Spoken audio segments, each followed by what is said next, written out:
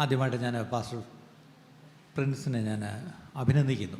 ഇങ്ങനെയൊരു session conduct ചെയ്യാനുള്ളൊരു ഭാരം പ്രിയപ്പെട്ട ദൈവം കൊടുത്തല്ലോ. അത് തനിക്കുണ്ടായൊരു ഭാരത്തെക്കാളിലും ദൈവത്തിൻ്റെ പരിശുദ്ധാത്മാവ് തൻ്റെ ഉള്ളിൽ കൊടുത്തൊരു ഭാരമായിട്ട് ഞാൻ അതിനെ എടുക്കുന്നു. ഇന്നിവിടെ നിങ്ങളുടെ മുമ്പിൽ നിന്ന് we are actually going to study together. ഞാനിവിടെ എന്തോ നിങ്ങളെ കുറച്ച് പ്രസംഗിച്ച് പഠിപ്പിക്കാനൊന്നും ഞാനില്ല, അത് ഞാൻ മുതിരുന്നില്ല. നമ്മൾ ഒരുമിച്ച് ചില കാര്യങ്ങൾ ചിന്തിക്കാനും പഠിക്കാനും പോവുകയാണ്. അതിനുള്ള സമയമാണ് ചുറ്റുമുമ്പിലുള്ള. What qualifies me to do that എന്ന് ചോദിച്ചാൽ, I'm not a certified marriage കൗൺസിലറോ ഒന്നുമല്ല. പക്ഷേ ഒരു കൗൺസിലർ ചെയ്യുന്നതിനേക്കാട്ടിലും ഒത്തിരി ജോലി ഞാൻ ചെയ്തിട്ടുണ്ട്. അതെന്തുകൊണ്ടത് എനിക്കറിയാം. ഞങ്ങൾ ഈ പാസ്റ്റർമാരാകുമ്പോൾ ബൈ ഡിഫോൾട്ട് എന്ത് പ്രശ്നത്തിനും ആൾക്കാർ വരും, അല്ലെങ്കിൽ എന്ത് പ്രശ്നം നമ്മൾ ചാടി വീഴേണ്ടി വരും. ഞാൻ പറയാറുണ്ട്, 100 നമ്മുടെ നാട്ടിൽ പോലീസ്, 101 ആംബുലൻസ്, 102 ഫയർഫോഴ്സ്, 104 വേറെ ഏതാണ്ട് സാധനം, 105 പാസ്റ്റർ. അങ്ങനെ ഒന്നായിരുന്നെങ്കിൽ എളുപ്പമുണ്ടായിരുന്നു അല്ലേ? ശരിക്കും പറഞ്ഞാൽ. പക്ഷേ ഒരു കാര്യം, പാസ്റ്റർമാർ ഓടി വന്നുകൊണ്ട് കാര്യമില്ല. എനിക്കറിയാം പാസ്റ്റർമാർ ഓടി വന്ന് ഉള്ളതിനെ കൂടെ കുളവാക്കിയ ചരിത്രം എനിക്കറിയാം. അതുകൊണ്ട് ചില കേസിലൊക്കെ ഈ പാസ്റ്റർമാരെ ഉൾപ്പെടുത്താതിരിക്കുന്നതാണ് നല്ലതെന്ന് ഞാൻ പറയും. ചർച്ചകളിലൊക്കെ പാസ്റ്റർമാരും ഭാര്യമാരുമാണ് ഇതിന് ഏറ്റവും എക്സ്പേർട്സ് എന്ന് ചിന്തിക്കരുത്. നോ, ചിലപ്പോൾ അവർക്ക് അതിനുള്ളൊരു കൃപ കാണത്തില്ല. പക്ഷേ നിങ്ങൾ ഓരോരുത്തർക്കും ദൈവം ചില അനുഭവങ്ങൾ തന്നിട്ടുണ്ട്, ചില കൃപകളും നിങ്ങളുടെ മേലുള്ള ചില വിളി തന്നെ ഉണ്ട്. എൻ്റെ വിശ്വാസവും എൻ്റെ പ്രാർത്ഥന ഈ ദിവസങ്ങൾ, കർത്താവെ, ദൈവസഭയിൽ ഉള്ള എല്ലാവരെയും തന്നെ കർത്താവെ, നീ വിളിക്കുന്നത് നല്ല കെട്ടുറപ്പുള്ള, നല്ല അടിസ്ഥാനമുള്ള കുടുംബങ്ങളെ കെട്ടിപ്പടുക്കുവാൻ, അങ്ങനെയുള്ള കുടുംബങ്ങളെ സഹായിക്കുവാൻ, അതിന് വിത്തിടുവാൻ, അതിന് ഈ പറഞ്ഞ വെള്ളമൊഴിക്കുവാൻ, കർത്താവെ, അതിനുള്ള കുടുംബങ്ങളെ ഞങ്ങളുടെ സഭയിൽ തരണമേ എന്നാണ് ഞങ്ങളുടെ പ്രാർത്ഥന. ഞാൻ പറഞ്ഞല്ലോ, എനിക്ക് ക്വാളിഫിക്കേഷൻ ഇല്ല, പക്ഷേ ചില അനുഭവങ്ങളുണ്ട്. എന്തെന്ന് ചോദിച്ചാൽ, 1 30 വർഷമായിട്ട് ഒരേ സഭയുടെ പാസ്റ്ററായിട്ടിരിക്കുന്ന ഒരു അനുഭവം. 2 36 വർഷമായിട്ട് ഒരേ ഭാര്യയുടെ ഭർത്താവായിട്ടിരിക്കുന്ന അനുഭവം. ഈ 2 അനുഭവങ്ങളല്ലാതെ മൂന്നാമതൊരു അനുഭവം എനിക്ക് ആ കാര്യത്തിലില്ല. അതാണ് സത്യം. അപ്പം ശുശ്രൂഷയിലായാലും കുടുംബജീവിതത്തിലായാലും ഉണ്ടായ അനുഭവങ്ങൾ, ഇനി എനിക്ക് എൻ്റെ അനുഭവത്തെപ്പറ്റി പറയുകയാണെങ്കിൽ, I may be the most failed husband in all this group എന്ന് ഞാൻ പറയും. എൻ്റെ ജീവിതത്തിൽ ഏറ്റവും ഈ പറഞ്ഞ പോലെ വേദനകളിലൂടെ കടന്നു പോയിട്ടുള്ള, പുറകോട്ട് ചിന്തിക്കുമ്പോൾ സത്യം പറഞ്ഞാൽ ഓർക്കാൻ പോലും ഇഷ്ടമില്ലാത്ത ദാമ്പത്യ ബന്ധ അനുഭവങ്ങളിലൂടെ ഞങ്ങൾ തമ്മിലുള്ള കാര്യമായി പറയുന്നത് കേട്ടോ, പോയിട്ടുള്ള ഒരു കുടുംബജീവിതമാണ് ഞങ്ങളുടേത്. അതിൽ നിന്നെല്ലാം കരകയറി ഇപ്പം പെർഫെക്റ്റ് ഹസ്ബൻഡ് ആയോ എന്ന് ചോദിച്ചാൽ ആഗ്രഹമുണ്ട്. I am still trying. ഇവിടേക്ക് നിങ്ങളെല്ലാവരും അങ്ങനെ തന്നെ ആയിരിക്കും എന്ന് എനിക്കറിയാം. അങ്ങനെ അല്ലാതെ ആരെങ്കിലും ഒരു പെർഫെക്റ്റ് ഹസ്ബൻഡ് ആയിട്ടുണ്ടെങ്കിൽ ഇത് കഴിയുമ്പോൾ എന്നെ ഒന്നൊന്ന് കാണണം, എനിക്ക് നിങ്ങൾക്ക് ശിഷ്യപ്പെടാനാണ്, അതിന് വേറെ ഒന്നുമല്ല. കാര്യം അങ്ങനെ ഒരാളെ ഞാൻ അന്വേഷിച്ച് കിടക്കുക, ഇന്ത്യയിലെങ്ങും കണ്ടെത്തിയില്ല. ചിലപ്പോൾ ഇനി വെയിൽസിലായിരിക്കും അങ്ങനെ ഒരാളിനെ ദൈവം വെച്ചിരിക്കുന്നത്, എനിക്കറിയത്തില്ല. അപ്പം അങ്ങനെ ഉണ്ടെങ്കിൽ, അങ്ങനെ പെർഫെക്റ്റ് ഹസ്ബൻഡ് ആരെങ്കിലും ഉണ്ടെങ്കിൽ, ഞാൻ എപ്പോഴും പറയാറുണ്ട്, നമുക്ക് 2 ഇംഗ്ലീഷ് വാക്കുകൾ നമ്മളെ കൺഫ്യൂസ് ചെയ്യാറുണ്ട്. ഐഡിയൽ എന്നൊരു വാക്കും റിയൽ എന്നൊരു വാക്കും. ഐഡിയൽ ഹസ്ബൻഡ്, എല്ലാ ഭാര്യമാർക്കും ഒരു സങ്കല്പമുണ്ട്, എൻ്റെ ഹസ്ബൻഡ് ഐഡിയൽ ഇങ്ങനെ ഇരിക്കണം. എല്ലാ ഭർത്താക്കന്മാർക്കൊരു സങ്കല്പമുണ്ട്, എൻ്റെ ഭാര്യ ഇങ്ങനെ ഇരിക്കണം, ഐഡിയൽ. പക്ഷേ ദ തിങ് ഈസ് ഓക്കെ, നമ്മളാരും ഐഡിയൽ സ്പൗസസ് അല്ല, നമ്മളെല്ലാം റിയൽ സ്പൗസസാണ്. ഇൻ റിയാലിറ്റി നമ്മളാണ്, അതാ സത്യം. ഐഡിയൽ ഒരു സങ്കല്പമാണ്. അല്ലെങ്കിൽ വേറൊരു വാക്കി നമ്മൾ റിയൽ നിന്ന് ഐഡിയലിലേക്കൊരു യാത്രയിലാണ് വേണമെങ്കിൽ പറയാം. അല്ലെങ്കിൽ വേറൊരു വാക്കി പറഞ്ഞാൽ, നമ്മുടെ റിയൽ കുടുംബജീവിതവും ഐഡിയൽ കുടുംബജീവിതവും തമ്മിലൊരു ക്രിയേറ്റീവ് ടെൻഷനുണ്ട്. എത്ര പേർക്കത് മനസ്സിലായി? അതാണ് നമ്മൾ ഓരോരുത്തരും അനുഭവിക്കുന്ന, പ്രിയപ്പെട്ടവരെ, അല്ലേ? അതുകൊണ്ട് ഈ ദിവസങ്ങളിൽ ദൈവം നമ്മളെ അതിന് സഹായിക്കട്ടെ. ചില സ്റ്റേറ്റ്മെൻറ്റ്സ് ഞാൻ ഇടയ്ക്ക് പറയുമ്പം നിങ്ങളൊന്ന് കുറിക്കുന്നതൊക്കെ നല്ലതാണ്. ഈ കുറിക്കുന്ന ഒരു പാവമൊന്നും അല്ല കേട്ടോ.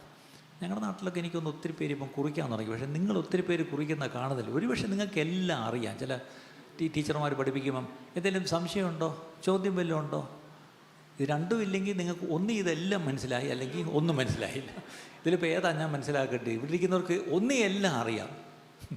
അങ്ങനെ തന്നെ ആയിരിക്കട്ടെ എന്ന് ഞാൻ വിശ്വസിക്കുന്നു. പക്ഷെ ചില പോയിൻറ്റ്സ് ഒന്ന് കുറിച്ച് വയ്ക്കുന്നത് നല്ലതാണ്. You can be a product of your past, but don't have to be the prisoner of the past. എത്ര പേർക്ക് മനസ്സിലായി? As a husband you are a product of your past. ഇപ്പം തൊട്ട് മുമ്പ് പാസ്റ്റർ പറഞ്ഞു, ഞാൻ വളർന്നു വന്നപ്പോൾ എൻ്റെ മാതാപിതാക്കൾ ഇങ്ങനെയായിരുന്നു, അങ്ങനെ ഒരു കുടുംബത്തിലാണ് ഞാൻ വന്നത്. അപ്പം അത് ഒരർത്ഥത്തിൽ തന്നെ ഷേപ്പ് ചെയ്ത ആ ഒരു ചില കാര്യങ്ങളിൽ ഒന്നാണ് തൻ്റെ ചൈൽഡ്ഹുഡ്, അല്ലെങ്കിൽ തൻ്റെ ഫാമിലി, വീട്ടിലെ ബാക്ക്ഗ്രൗണ്ട്, തൻ്റെ പേരൻസൊക്കെ അല്ലേ, അല്ലെങ്കിൽ തൻ്റെ ടീനേജ്, അങ്ങനെ പല കാര്യങ്ങളും.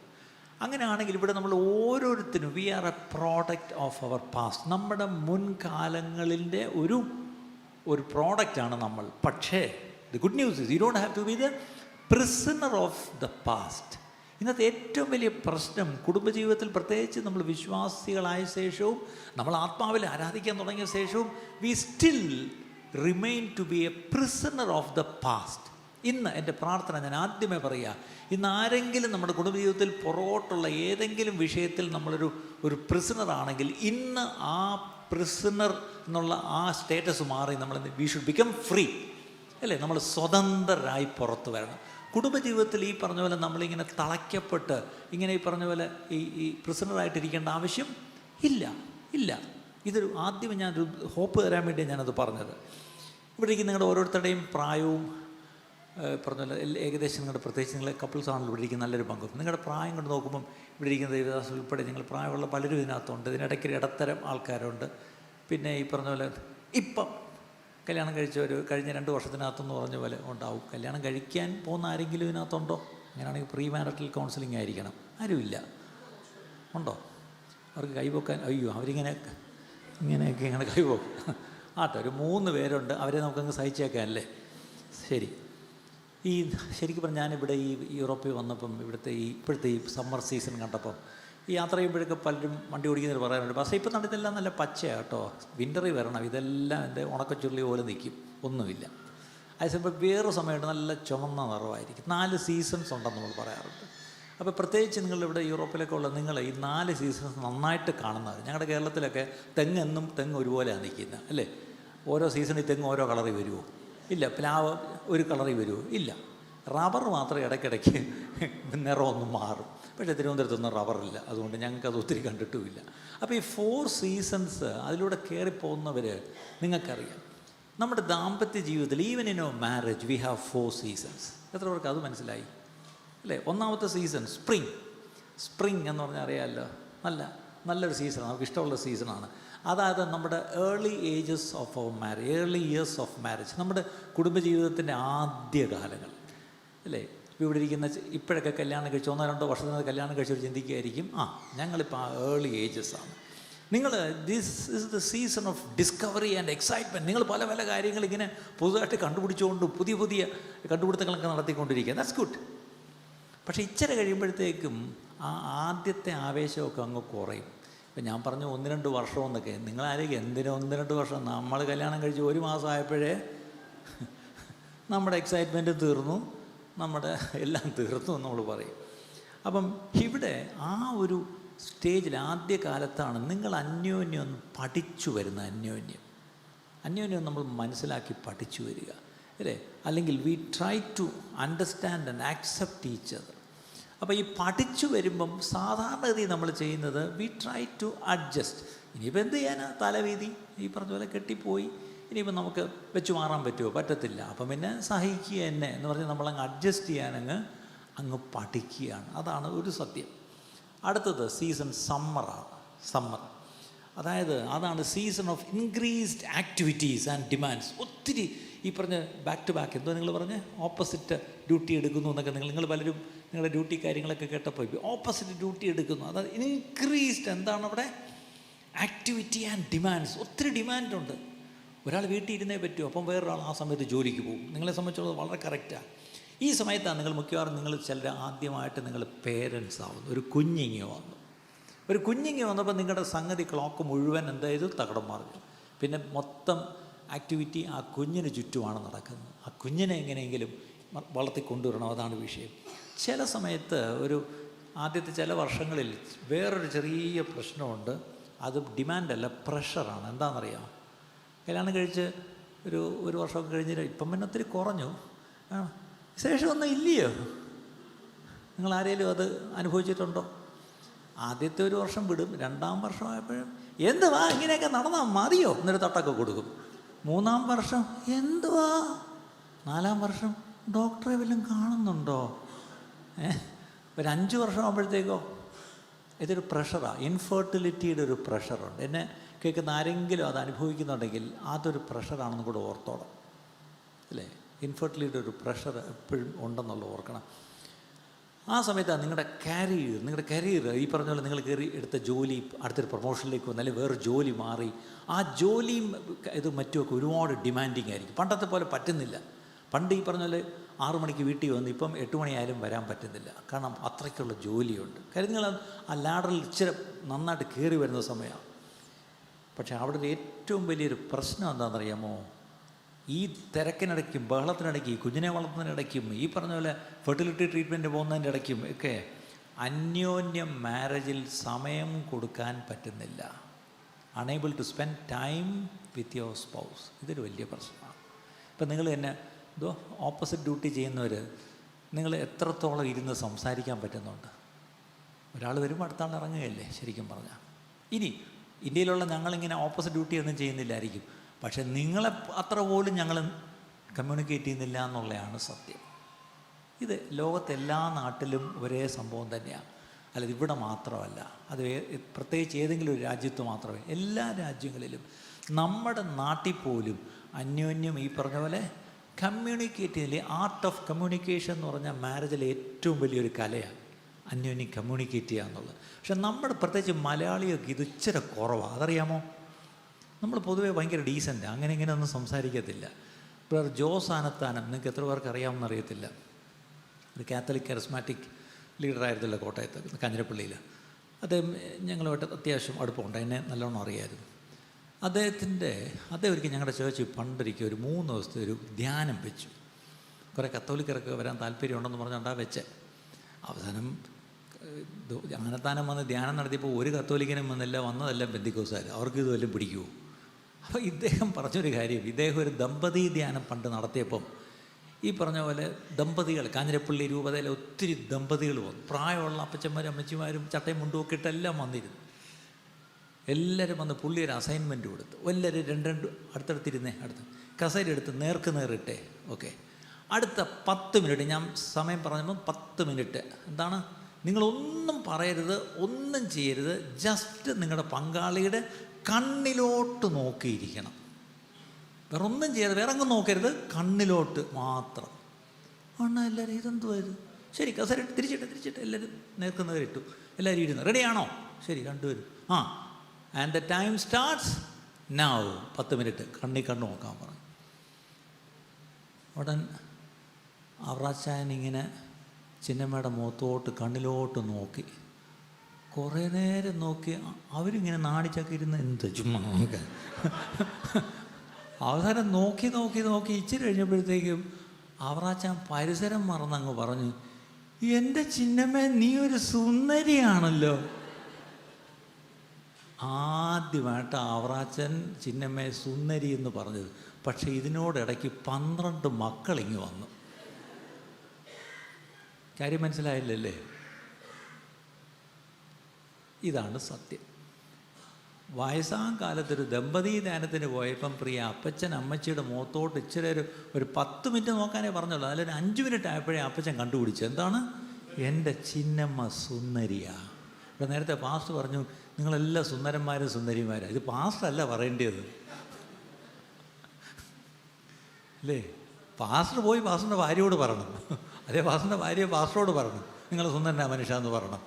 ഇതില്ല, നമുക്ക് വേറെ ആർക്കെങ്കിലും അവരോട് നോക്കി പറയാൻ പറ്റുമോ? പറ്റത്തില്ല. അപ്പോൾ ഇന്ന് രാവിലെ ആദ്യം നമ്മൾ പഠിക്കേണ്ടത് നമ്മൾ അന്യോന്യം how much do V communicate, അല്ലേ? എത്രത്തോളം നമ്മൾ ആശയവിനിമയം നടത്തുന്നുണ്ട്. അപ്പം സമ്മറിൽ ഈ പ്രശ്നം നമുക്ക് സമയമെടുക്കാനില്ല എന്നുള്ളതാണ് ആ സ്റ്റേജിലൊരു വലിയ വിഷയം.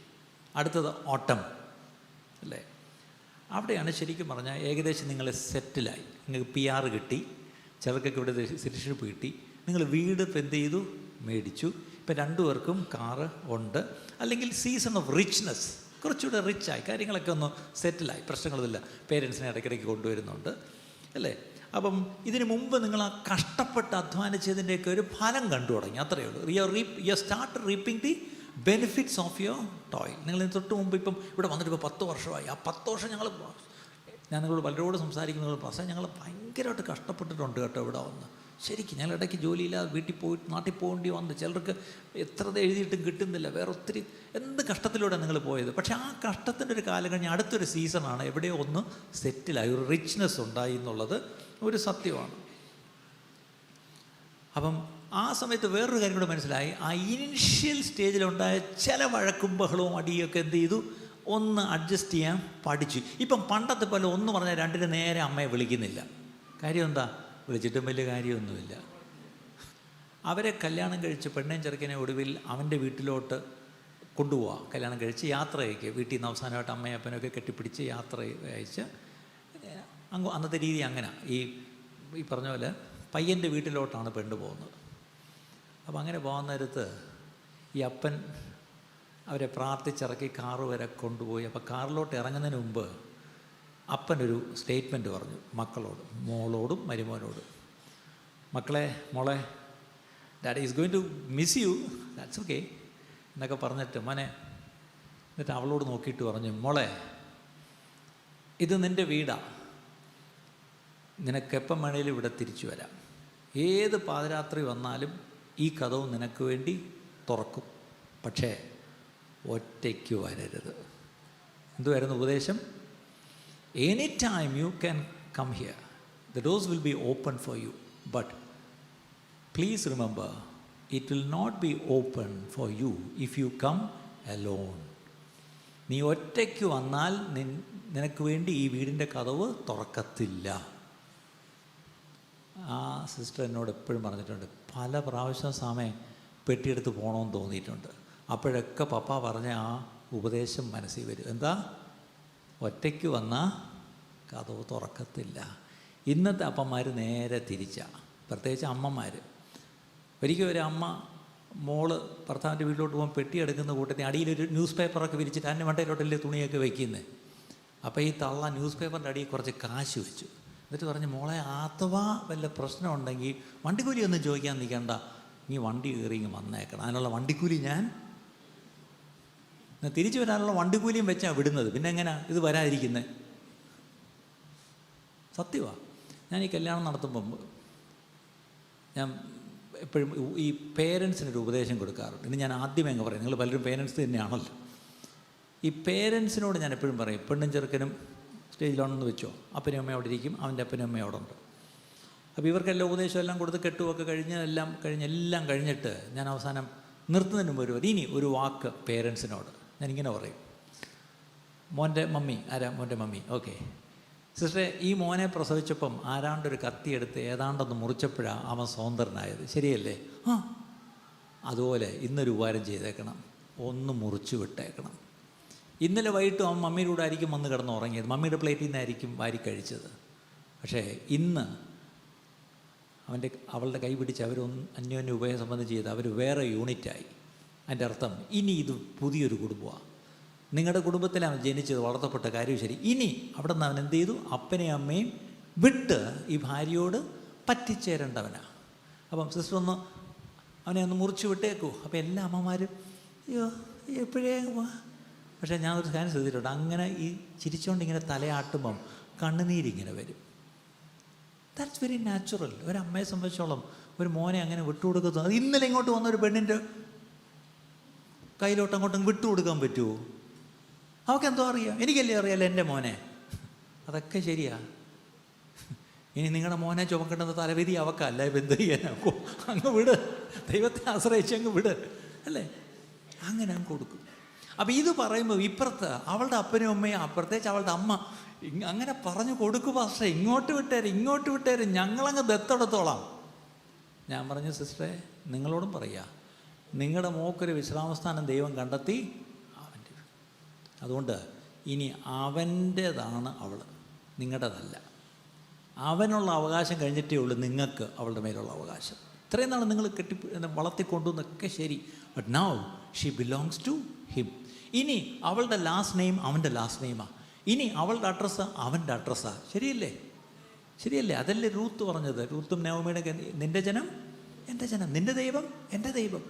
ശരിക്കും പറഞ്ഞാൽ ഇതൊക്കെ ഇന്നത്തെ ഏറ്റവും വലിയ കഷ്ടം എന്താണെന്നറിയോ? ഇന്നത്തെ വിവാഹം, വിശ്വാസികളുടെ വിവാഹ ശുശ്രൂഷയിൽ പോലും ഇതൊന്നും ശരിക്കും പറഞ്ഞു കൊടുക്കുന്നില്ല. പിന്നെ വിവാഹ ദിവസം ഒത്തിരി പറഞ്ഞിട്ടും കാര്യമില്ല. ഇതൊക്കെ ശരിക്കും കല്യാണത്തിന് മുമ്പ് പറഞ്ഞു കൊടുക്കേണ്ട ചില കാര്യങ്ങളുണ്ട്. കല്യാണം കഴിഞ്ഞിട്ടായാലും ഈ പറഞ്ഞ പോലെ നമ്മൾ എന്ത് കാര്യത്തിനും ഒരു അപ്ഡേഷൻ നമുക്ക് ആവശ്യമില്ലേ? ഇതുപോലെ മാരേജിൽ അല്ലെങ്കിൽ വിവാഹ ജീവിതത്തിന് അപ്ഡേഷൻ ഇല്ലാത്ത ഒരേ ഒരു ഏർപ്പാട് നമ്മുടെ സഭകളാണ്. ഞാൻ 100 കണക്കിന് കല്യാണം നടത്തിയിട്ടുണ്ട്. ആദ്യമൊക്കെ 1, 2, 3 കല്യാണം നടത്തിയപ്പോഴേ എനിക്ക് മനസ്സിലായി ഇത് ആവശ്യമാണ്. 1998 ഞാൻ ആദ്യത്തെ വിവാഹം നടത്തുന്നത്. അതെ, അന്ന് തൊട്ട് എനിക്ക് ഓർമ്മയുണ്ട്. 2000 മുമ്പ് തന്നെ ഞാൻ തന്നെ ഒരു നോട്ട്സ് പ്രിപ്പയർ ചെയ്ത് അതിനകത്ത് വാക്യങ്ങൾ തപ്പിയെടുത്ത് കല്യാണത്തിന് മുമ്പ് I made sure both the bride and the groom has to come and you have to sit with me for some time. എന്നിട്ട് എന്ത് ചെയ്യണം? You have to learn how to enter in to your marriage relation. നിങ്ങളുടെ കുടുംബജീവിതത്തിലേക്ക് പ്രവേശിച്ച് എങ്ങനെയാണ് മുന്നോട്ട് നടത്തേണ്ടതെന്നുള്ളത് നിങ്ങൾ വചനപ്രകാരം ഒന്ന് അറിഞ്ഞിരിക്കണമെന്ന് പറഞ്ഞാൽ അന്ന് പൗലോസും പത്രോസും പറഞ്ഞ വാക്യങ്ങളൊക്കെ പഠിപ്പിക്കുന്നത്. പിന്നീട് വാക്യങ്ങൾ മാത്രമല്ല, അനുഭവത്തിൽ നിന്ന് ഒരുപാട് പറഞ്ഞു കൊടുക്കാൻ തുടങ്ങി. അങ്ങനെയുള്ള ചെറിയ അനുഭവങ്ങളിൽ നിന്നുള്ള ചില കാര്യങ്ങൾ മാത്രമാണ് പ്രിയപ്പെട്ടവർ ഞാൻ ഈ പറഞ്ഞു തരുന്നത്. അപ്പം ശരി, ഓട്ടോമിൽ വേറൊരു കാര്യം കൂടെ ഉണ്ട്. ഏകദേശം നിങ്ങളൊരുമാതിരി എസ്റ്റാബ്ലിഷ്ഡായി, ഇപ്പം പഴയ വഴക്കും ബഹളമൊന്നും ഇല്ല, ശരിയാണ്. കൂട്ടത്തിൽ നിങ്ങളുടെ കുഞ്ഞുങ്ങളങ്ങ് വലുതായി ടീനേജേഴ്സായി. ടീനേജേഴ്സ് ആകുമ്പോഴാണ് അടുത്ത ടെൻഷൻ. കുഞ്ഞായിരുന്നപ്പോൾ കുഴപ്പമില്ല, ഈ പറഞ്ഞാൽ കുപ്പിയും പാലും വയലോട്ടങ്ങ് വെച്ച് കൊടുക്കും. പിന്നെ ഇപ്പം ടാബ് തുറന്നങ്ങ് വെച്ച് കൊടുക്കും. ടീനേജേഴ്സിന് ഏത് ടാബാണ് തുറന്ന് വെച്ച് കൊടുക്കുന്നത്? ആലോചിച്ച് നോക്കി, അവർക്ക് കുപ്പിപ്പാലെടുത്ത് അങ്ങോട്ട് തള്ളാൻ പറ്റുമോ? പറ്റത്തില്ല. ടീനേജേഴ്സ് ഉള്ളപ്പം നിങ്ങളുടെ പ്രഷർ എന്ന് പറഞ്ഞത് വേറൊന്നാണ്. അത് നിങ്ങൾക്കുള്ളവർക്ക് അറിയാം. ഞാനും പല വീടുകളിലും കാണുന്നുണ്ട്. അവരുടെ ഒരു പ്രത്യേക ലോകം തന്നെയാണ്. പക്ഷേ അവിടെ നമുക്ക് ഒത്തിരി ദൈവകൃപ വേണം. ടീനേജേഴ്സ് പേരൻറ്റിങ്ങിനെ പറ്റി കർത്താവ് അനുവദിച്ചാൽ ഒരു ഒരു ഒരു അരമണിക്കൂർ എനിക്ക് ഒടുവിലും സംസാരിക്കണം നിങ്ങളോട്. പ്രത്യേകിച്ച് if you are A parent of A teenager, നിങ്ങളുടെ മക്കൾ ടീനേജേഴ്സ് ആണെങ്കിൽ പ്രത്യേകം നിങ്ങൾ കേൾക്കേണ്ട ചില കാര്യങ്ങളുണ്ട്. അപ്പം ഈ ഓട്ടം സമയത്ത് നമ്മൾ നല്ലോണം ഓർക്കണം, ഈ ടീനേജേഴ്സ് വരുമ്പം emotionally it can be a most exhausting stage of parenting. കുഞ്ഞായിരുന്നപ്പോൾ നിങ്ങൾ അത്രയും അറിഞ്ഞില്ല, വല്ല പനി വരുമ്പോൾ ഈ പറഞ്ഞാൽ ഉറക്കം പോവും, അതൊക്കെ ശരിയാണ്. പക്ഷേ ടീനേജേഴ്സ് വരുമ്പോൾ നിങ്ങളുടെ ടെൻഷൻ ഭയങ്കരമാണ്. നിങ്ങൾ ഉദ്ദേശിക്കുന്നതിനേക്കാളും വലിയ ടെൻഷനിലൂടെയാണ് നിങ്ങൾ പോകുന്നത്. അവിടെ നല്ലോണം ഓർക്കണം, ആ സമയത്ത് നിങ്ങൾക്ക് ഏറ്റവും കൂടുതൽ വേണ്ടുന്ന സപ്പോർട്ട് ആരുടെയാണെന്നറിയാമോ? പാസ്റ്ററിൻ്റെ അല്ല, കൗൺസിലറുടെ അല്ല, നിങ്ങളുടെ ഇൻലോസിൻ്റെ അല്ല, നിങ്ങളുടെ പേരൻസിൻ്റെ അല്ല, വേറെ ആരുടെയല്ല, അന്യോന്യം സപ്പോർട്ട് ചെയ്യണം. ഇത് എന്നെക്കൊണ്ട് പറ്റത്തില്ല, മോൻ്റെ കാര്യത്തിൽ എനിക്ക് മാത്രമല്ല ഉത്തരവാദിത്വം, നിങ്ങൾക്ക് ഉത്തരവാദിത്വമുണ്ട്. നീ ഇങ്ങനെ ഇരുന്നാൽ പറ്റത്തില്ല. നമ്മൾ രണ്ടുപേരും ചേർന്ന് എന്ത് ചെയ്യണം? നമ്മൾ എന്ത് ചെയ്യണം? നമ്മൾ മുന്നോട്ട് പോയേ പറ്റൂ. അപ്പോൾ അന്യോന്യം ഏറ്റവും കൂടുതൽ സപ്പോർട്ട് ചെയ്യേണ്ടുന്നൊരു കാലഘട്ടമാണ്. എസ്പെഷ്യലി ഇഫ് യു ഹാവ് ഒരു ചലഞ്ചിങ് ടീനേജർ. ചലഞ്ചസ് ഉള്ളൊരു ടീനേജറുണ്ട്, പ്രത്യേകം ആ കാര്യം ശ്രദ്ധിച്ചോണം. ഏറ്റവും ഒടുവിൽ വിൻ്റർ എന്തായിരിക്കും? ഇവിടേക്ക് നിങ്ങൾക്കാണ് ഏറ്റവും കൂടുതൽ വിൻ്റർ അറിയാവുന്നത്. Winter can be very gloomy and 4 മണിക്ക് സൂര്യൻ അസ്തമിക്കുകയാണെങ്കിൽ ചിന്തിക്കാൻ പോലും വയ്യ നമുക്ക്. ഞാനൊക്കെ നിങ്ങളിത് പറഞ്ഞിട്ട് ഒരു ദിവസം ആ സമയത്തൊന്ന് വരണമെന്നുണ്ട്, പക്ഷേ നമ്മുടെ ശരീരഘടന എന്നെ അനുവദിക്കത്തില്ല, അതാണ് ഈ പ്രശ്നം. Okay, most of you winter season എന്ന് പറഞ്ഞാൽ will be an empty nest. എന്താണ്? കൂടൊഴിഞ്ഞു. മക്കളൊക്കെ അവിടെ പോയി, ഒരുത്തൻ യൂണിവേഴ്സിറ്റി പോയി, വേറൊരുത്തൻ അവൻ്റെ മാസ്റ്റേഴ്സിന് പോയി, വേറൊരുത്തൻ കെട്ടിപ്പോയി, വേറൊരുത്തൻ അല്ലേ? ശരിക്കും പറഞ്ഞാൽ മക്കളൊക്കെ ഈ പറഞ്ഞ പോലെ വീട്ടിൽ നിന്ന് പോയി. പക്ഷേ അവിടെ വരുമ്പം ഇനി ഒരുപാട് ഡിമാൻഡ്സ് ഒന്നും നിങ്ങൾക്ക് ഇല്ല. ഇനി കുഞ്ഞുങ്ങളെ ഇപ്പം പോയി വിളിച്ചുകൊണ്ട് വരണ്ട, ഇപ്പം ഡ്യൂട്ടിക്കും ചിലപ്പോൾ പോകും, നിങ്ങൾ ഏകദേശം റിട്ടയർ ആയെന്ന് വേണേൽ കൂട്ടാം വേണമെങ്കിൽ. അപ്പം അങ്ങനെ മറ്റ് ഡിമാൻഡ്സ് ഒന്നും ഇല്ല എന്നുള്ള സത്യമാണ്. പക്ഷേ that can be a great opportunity for you to be together. ഞാൻ ഈ 2023 അമേരിക്കയിൽ പോയി. അമേരിക്കയിൽ ചെന്നപ്പോൾ ചില വീടുകളിലൊക്കെ ചെന്നപ്പോൾ അവർ എംപ്റ്റി നെസ്റ്റ്, വലിയ കൊട്ടാരമാണ്. ഞാൻ ചിലപ്പോൾ ചിന്തിക്കും, ആ കൊട്ടാരത്തെ ഹീറ്റ് ചെയ്തിടാൻ തന്നെ ഇലക്ട്രിസിറ്റിയും പവറും ഗ്യാസും എത്ര ആണെന്നറിയാം. പിന്നെ ഇതിൻ്റെയൊക്കെ ടാക്സ്, ഇതിൻ്റെയൊക്കെ ലോണും പുല്ലുവെട്ടാനും. ഈ മലയാളിയല്ലാതെ വേറെ ഒരു മണ്ടച്ചാരും ലോകത്തില്ല ഇതുപോലെ വേസ്റ്റ് ആക്കുന്നൊരു കൂട്ടർ. ക്ഷമിക്കണം, അമേരിക്കക്കാരും കേട്ടോണ്ടെങ്കിൽ എന്നോടൊന്ന് ക്ഷമിച്ചേക്കണം. കാര്യം അന്ന് മക്കളൊക്കെ ഉണ്ടായി, 3 മക്കളുണ്ടായിരുന്നു, 3 പേർക്ക് 3 ബെഡ്റൂം, 3 കാറും, അവർക്ക് 3 ഗാരേജ് എല്ലാം ഉണ്ട്. ഇതെല്ലാം പോയി. ഇനി വല്യമ്മയും മാത്രമേ ഉള്ളൂ. എന്നാലും ഒന്ന് ഡൗൺ സൈസ് ചെയ്ത് താഴോട്ട് ഇറങ്ങത്തില്ല. ഈ കൊട്ടാരത്തിനും ഈ 2.5 ഏക്കർ സ്ഥലത്തിനും ഇപ്പോഴും ടാക്സും കൊടുത്ത് ഗ്യാസും പേ ചെയ്ത് ഇരിക്കുക. ഞാൻ തിരുവനന്തപുരത്ത് പറയാറുണ്ട്, നമ്മൾ എത്ര വലിയ കൊട്ടാരത്തിൽ താമസിച്ചാലും ഒരു സമയം കഴിയുമ്പോൾ ഒന്ന് ഡൗൺ സൈസ് ചെയ്യാൻ തുടങ്ങിക്കോണം. ഒന്ന് ഒതുങ്ങണം. ഒതുങ്ങി ഒരു ചെറിയ ഒരേ ഒരു കുടുംബത്തെ മാത്രമേ ഞാൻ അമേരിക്ക കണ്ടുള്ളൂ. അവർ പ്രായമായ മക്കളൊക്കെ നല്ല നിലയിലായി. ഇവർ വലിയ വെരി റിച്ച്. അവർ 40-50 വർഷമായി അമേരിക്കയിൽ പോയിട്ട്. പക്ഷേ ഇപ്പോൾ അവരൊരു അപ്പാർട്ട്മെൻറ്റ്, ഈ അമേരിക്ക അപ്പാർട്ട്മെൻറ്റിൽ താമസിക്കുക എന്ന് പറഞ്ഞാൽ മലയാളിക്ക് ഒരു വലിയൊരു കുറച്ചിൽ പോലെ. നിങ്ങൾക്ക് സ്വന്തം മാൻഷൻ ഇല്ലേ? നിങ്ങളിപ്പോഴും അപ്പാർട്ട്മെൻറ്റിലാണോ? ഇവരൊരു അപ്പാർട്ട്മെൻറ്റിലേക്ക് വന്നു. അതിന് കാരണം പറഞ്ഞത്, സമയം മക്കളെല്ലാം സെറ്റിലായി, വലിയ വീടൊക്കെ ഉണ്ടായിരുന്നു. ഞങ്ങളുടെ എത്രയോ ഏക്കറായിരുന്നു ഞങ്ങളുടെ വീട്. അതെല്ലാം വിട്ടു. ഇതേ വന്ന് സ്വസ്ഥമായിട്ട്. പിന്നെ ഇവിടെ ഒറ്റ പ്രശ്നം, ഞങ്ങൾക്ക് പഴയ പോലെ ഗാർഡനും പൂന്തോട്ടവും ലോണും ഒന്നും പറ്റത്തില്ല. പക്ഷേ ഈ അമ്മാമ്മയ്ക്ക് ഒറ്റ കണ്ടീഷനുള്ളതാണ്, അച്ഛാ എനിക്ക് ഒരു കരിയാപ്പല ചെടി വീട്ടിൽ വയ്ക്കണം. അത് മലയാളിക്കൊരു വലിയൊരു ഇവിടെ മാത്രമേ ഉള്ളൂ കരിയാപ്പല ഇതുവരെ ആരുടെയും വീട്ടിൽ കാണാത്ത, വളരാത്തതുകൊണ്ടായിരിക്കും. അമേരിക്കക്കാർക്ക്, പ്രത്യേകിച്ച് മലയാളി, എത്തിലേ പോലെ ഈ കരിയാപ്പല അത് വീടിൻ്റെ ബാക്കിൽ നല്ലൊരു തോട്ടം കാണും, വലിയൊരു മരവും കാണും. ഒരു വീട്ടിൽ ഡാലസിൽ ചെന്നപ്പം വീടിൻ്റെ ഫ്രണ്ടിൽ കരിയാപ്പല വെച്ചിരിക്കുന്നു.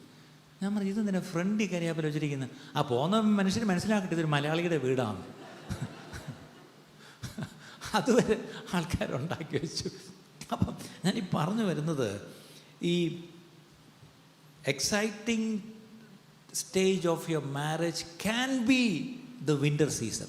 മറ്റെല്ലാം ഒഴിഞ്ഞല്ലോ അല്ലേ? നിങ്ങൾക്കിപ്പോൾ ഒത്തിരി സമയമുണ്ട്. നിങ്ങൾക്കിപ്പോൾ ഒത്തിരി അന്യോന്യം മനസ്സിലാക്കാനും അന്യോന്യം ഒരുപാട് കാര്യങ്ങൾ ചെയ്യാനുള്ള സമയമുണ്ട്. ഒത്തിരി കാര്യങ്ങൾ നിങ്ങൾക്ക് ഷെയർ ചെയ്യാം, നിങ്ങളുടെ ഇൻട്രസ്റ്റുകൾ ഷെയർ ചെയ്യാം, നിങ്ങളുടെ നന്നായിട്ട് കമ്മ്യൂണിക്കേറ്റ് ചെയ്യാം. പക്ഷേ അൺഫോർച്ചുനേറ്റ്ലി പിശാച്, അത് ഒരു സ്റ്റേറ്റ്മെൻറ്റ് ഞാൻ പറയാൻ വിട്ടുപോയി. ഇന്ന് പിശാചിന് ഏറ്റവും കൂടുതൽ ദേഷ്യമുള്ള ഒരു പ്രസ്ഥാനം എന്തുവാണെന്നറിയാം? നിങ്ങളുടെ കുഞ്ഞുങ്ങളും അവരെ മയക്കുമരുന്നിന് അടിമയാക്കിയോ, അല്ലെങ്കിൽ രാജ്യങ്ങളെ തമ്മിൽ യുദ്ധത്തിൽ ഏർപ്പെടുത്തുകയോ, അല്ലെങ്കിൽ ഈ പറഞ്ഞ പോലെ ഇതൊന്നും അഴിമതിയോ അതോ ഒന്നുമല്ല. Destroying marriages. കുടുംബങ്ങളെ തകർക്കുക എന്നുള്ളതാണ് ഈ പറഞ്ഞ പോലെ പിശാചിന് ഏറ്റവും ഇഷ്ടമുള്ളൊരു കാര്യം. അവൻ ഉണ്ടായ കാലം തൊട്ട് ഇന്ന് വരെയും അവൻ ആ കാര്യം കൃത്യമായിട്ട് ചെയ്യുന്നുണ്ട്. ഇതുകൊണ്ടാണ് എവിടെയെങ്കിലും ഒരു മാരേജ് ബ്രേക്ക് ആവുന്നതെന്ന് കണ്ടാൽ എനിക്ക് ഏറ്റവും കൂടുതൽ ഇപ്പം ദേഷ്യം വരുന്ന ഒറ്റൊരു കാര്യമുള്ളൂ. എന്താണെന്നറിയാം? whenever I see a marriage falling apart, whenever I see a marriage breaking, എനിക്ക് എന്തെന്നില്ലാത്ത കോപം വരും. കോപം എനിക്ക് അവരുടെ പേരൻസിനോടൊന്നും അല്ല. സത്യം പറഞ്ഞാൽ എനിക്ക് കോപം വരുന്നത് എന്താ പറഞ്ഞൊരു പിശാചിനോടാണ്. How dare you are breaking this family, how dare you are destroying this couple, ഇതെങ്ങനെ നിനക്ക് പറ്റും എന്ന് പറഞ്ഞ് ഏറ്റവും കൂടുതൽ കോപം വരുന്ന കൂട്ടത്തിലാണ്. അതുകൊണ്ടാണ് പലപ്പോഴും ഈ കുടുംബജീവിതത്തിൽ പ്രശ്നം വന്ന, ഈ നേരത്തെ പാസ്റ്റർ പറഞ്ഞ പോലെ, ഏത് പാരാത്രിക്കും ഞാൻ ഓടിച്ചെല്ലും. ഇതുപോലെ എല്ലായിടത്തും എല്ലാം നമ്മൾ ഓടിച്ചെല്ലാൻ പറ്റുമെന്ന് എനിക്കറിയത്തില്ല. പക്ഷേ ഓടിച്ചെല്ലാനുള്ള സാഹചര്യം ഓടിച്ചെല്ലണം. അത് പാസ്റ്റർ തന്നെ ഓടിപ്പോണമെന്നില്ല. നിങ്ങൾ പലരെയും ദൈവം അതിനുവേണ്ടി വിശേഷമായിട്ട് നിങ്ങളെ തിരഞ്ഞെടുത്തിട്ടുണ്ടെന്നുള്ള കാര്യം ഓർത്തോണം. God might have chosen you. May be you have a calling in your life to go and build up marriages. ചില കുടുംബങ്ങളെ ചെന്ന് പണിതെടുക്കുവാൻ ദൈവം ചിലരെ, എനിക്കറിയാം, ട്രിവാൻഡ്രത്തുള്ളൊരു ഇംഗ്ലീഷ് ചേർച്ചിലൊരു പാസ്റ്റർ, അവനവിടുത്തെ അസോസിയേറ്റ് പാസ്റ്ററായിരുന്നു. നല്ല ആക്റ്റീവായിട്ട് അവനും വൈഫും ചെയ്യുന്നുണ്ട്. കഴിഞ്ഞ ആഴ്ച എന്നെ എവിടെ വെച്ചാൽ ഓടി എന്ന് വെച്ചാൽ, ഞാൻ ഇപ്പം I'm not a pastor ഇനി പറഞ്ഞു. നമ്മൾ what happened? No, I step down. നമ്മൾ എന്ത് പറ്റി? No, I became a counsellor. ഞാൻ പഠിച്ചിട്ട് ഞാനും വൈഫും കൂടെ ഒരു കോഴ്സ് എടുത്തിട്ട് ഞങ്ങളിങ്ങനെ ഞങ്ങളുടെ ചർച്ചിൽ തന്നെ ചില മാരേജസിലൊക്കെ പതുക്കെ ഇടപെടാൻ തുടങ്ങി. ഇപ്പം എനിക്ക് 24/7 സമയമില്ല. ഇനി എനിക്ക് പാസ്റ്റർ കളിക്കാനൊന്നും നേരമില്ല. കുടുംബങ്ങളെ പണിതെടുക്കണം. And when he was telling, me and my wife, we both enjoy what we are doing now. ഞങ്ങൾ പാസ്റ്റർ ആയിരിക്കുമ്പോൾ ഒരിക്കലും ഈ ഒരു തൃപ്തി ഞങ്ങൾക്ക് ഉണ്ടായിരുന്നില്ല. ഇപ്പം കുടുംബങ്ങളെ പോയി പണിത് അവരുടെ കേട് തീർക്കുമ്പം എന്തെന്നില്ലാത്തൊരു വലിയൊരു തൃപ്തിയും ദൈവത്തോടൊരു നന്ദി. ഞാൻ വേദനയോടെ പറയട്ടെ, ഇന്ന് ചർച്ചുകളിൽ ഇങ്ങനെയുള്ള ശുശ്രൂഷ ചെയ്യുവാൻ അനേകരില്ല.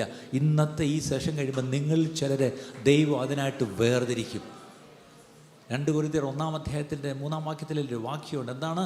ഇതേ കഷ്ടത്തിൽ പോകുന്നവരെ ആശ്വസിക്കുവാൻ ഞങ്ങളുടെ ദൈവം ഞങ്ങളുടെ കഷ്ടങ്ങളിൽ ആശ്വസിപ്പിച്ച ആശ്വാസം കൊണ്ട് ഇതേ കഷ്ടത്തിൽ പോകുന്നവരെ ആശ്വസിപ്പിക്കുവാൻ ഞങ്ങൾ തയ്യാറായിരിക്കും. അല്ലേ? We may all have gone through many difficulties in life, especially in our marriages. പക്ഷെ ഒറ്റ കാര്യം, അങ്ങനെ ഡിഫിക്കൽട്ടി കൂടെ പോയവർ ദൈവത്തിൽ നിന്നുള്ള ആശ്വാസം കൂടെ പ്രാപിച്ചോണം. എന്നിട്ട് ആ ആശ്വാസം എന്ത് ചെയ്യണം? അത് നിങ്ങൾക്കായിട്ട് വയ്ക്കരുത്. ആ ആശ്വാസം കൊണ്ട് ഇതേപോലെ കഷ്ടങ്ങളിൽ പോകുന്നവരുണ്ടെങ്കിൽ അവരെ പോയി ആശ്വസിപ്പിക്കണം. ഇപ്പം മനസ്സിലായോ ഈ സെഷൻ എന്തിനാ പാസ്റ്റർ ഇത് വിളിച്ചു കൂട്ടിയെന്ന്? നിങ്ങൾക്ക് ചിലർക്ക് ആ വിളിയുണ്ട് പ്രിയപ്പെട്ടവരെ.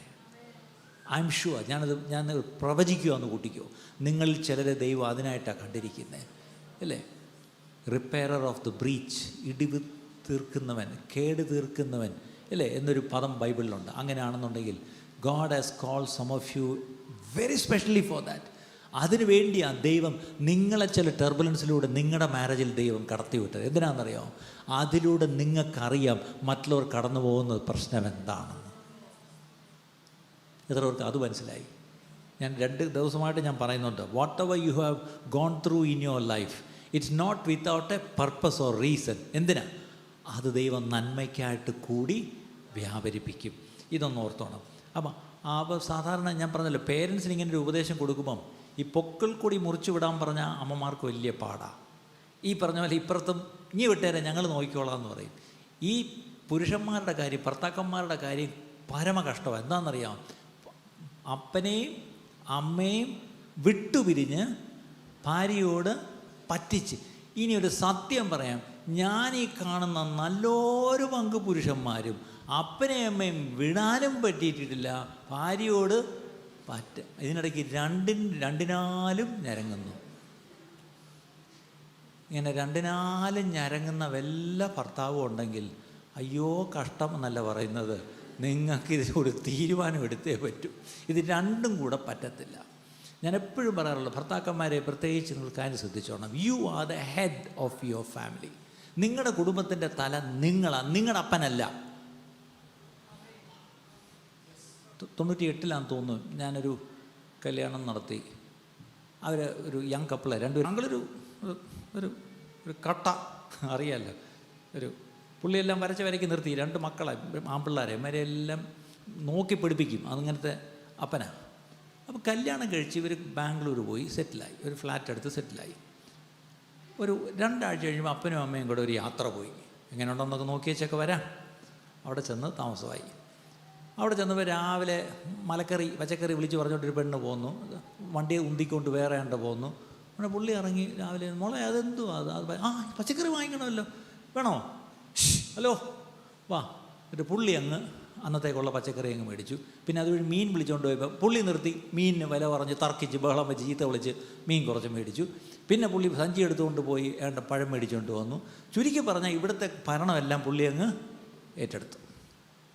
അപ്പോൾ ഈ പുതിയ മരുമോക്കൊരു മൊത്തത്തിൽ ഒരു അസ്വസ്ഥത. പക്ഷെ അവൾക്കിത് പുതിയ പെണ്ണായതുകൊണ്ട് ഇത് എന്തോ പറയാൻ അവളിങ്ങനെ സഹിച്ചിരിക്കുക. ഭാഗ്യത്തിന് ആ ആഴ്ച ഒരു മാരേജ് സെമിനാർ അവരുടെ ചർച്ച നടത്തി. ഇവർ രണ്ടുപേരും പോയി മൊത്തം അറ്റൻഡ് ചെയ്തു. അതിൽ നിന്ന് അവർക്ക് ഒരു കാര്യം മനസ്സിലായി, as a husband you are the head of your family, not anyone else. അത് പുള്ളിക്ക് അങ്ങ് ഉള്ളത്തിലങ്ങ് കയറി തിരിച്ച് വീട്ടിൽ വന്നു. എങ്ങനെ ഉണ്ടായിരുന്നു മോളെ എങ്ങനെ ഉണ്ടായിരുന്നു? നല്ലതായിരുന്നു. രാത്രി അത്താഴമൊക്കെ കഴിഞ്ഞ് കുടുംബ പ്രാർത്ഥനയൊക്കെ പ്രാർത്ഥിച്ച് കഴിഞ്ഞപ്പം അവൻ ധൈര്യമെടുത്ത്, പപ്പാ ഞങ്ങളിന്ന് പോയ ക്യാമ്പിൽ റിട്രീറ്റിൽ ഇറ്റ് വാസ് നല്ലതായിരുന്നു. ഞാനൊരു പ്രധാനപ്പെട്ടൊരു കാര്യം ഞാൻ പഠിച്ചു, ഞങ്ങൾ രണ്ടുപേരും ഇത് മനസ്സിലാക്കി, ഞങ്ങളത് ഇന്നു മുതൽ നടപ്പാക്കാൻ തീരുമാനിച്ചു. എന്തുവാ? പപ്പ ഞാനാണ് ഈ കുടുംബത്തിൻ്റെ തല. പപ്പ മമ്മിയുടെ തലയാണ്, ഈ കുടുംബത്തിൻ്റെ തലയല്ല. ആ പപ്പയുടെ തലയൊക്കെ അങ്ങ് വീട്ടിൽ, ഇവിടെ ഞാനാണ് തല. ഇവിടെ എന്ത് കറി വയ്ക്കണമെന്ന് എൻ്റെ ഭാര്യ തീരുമാനിക്കും, എന്ത് മേടിക്കണമെന്ന് ഞാൻ തീരുമാനിക്കും, ഇവിടെ എന്ത് ചെയ്യണമെന്നുള്ളത് ഞാൻ തീരുമാനിക്കും. പപ്പ അവിടെ വരുമ്പോൾ സന്തോഷമായിട്ടാണ് അവിടെ താമസിച്ചോ കാര്യങ്ങളൊക്കെ ചെയ്യുക. പുള്ളിയുടെ മോഹം അങ്ങ് വല്ലാതായി. എടാ നിന്നെ വളർത്തി വലുതാക്കി ഇത്രയായപ്പോൾ ഇന്നലെ ഇങ്ങോട്ട് വന്നൊരു പെണ്ണിനെ കണ്ടപ്പോൾ നീ എന്നെ. പക്ഷേ ആ അങ്കിളും നല്ല മനുഷ്യനാണ്. അയാൾ എന്ത് ചെയ്തു? അയാൾക്ക് എവിടെയോ ഹി ഗോട്ട് ദ പോയിൻറ്റ്. പുള്ളി പതുക്കെ അങ്ങ് ഒതുങ്ങി. അതോടുകൂടി മറ്റവരുടെ കുടുംബജീവിതം സന്തോഷമായി.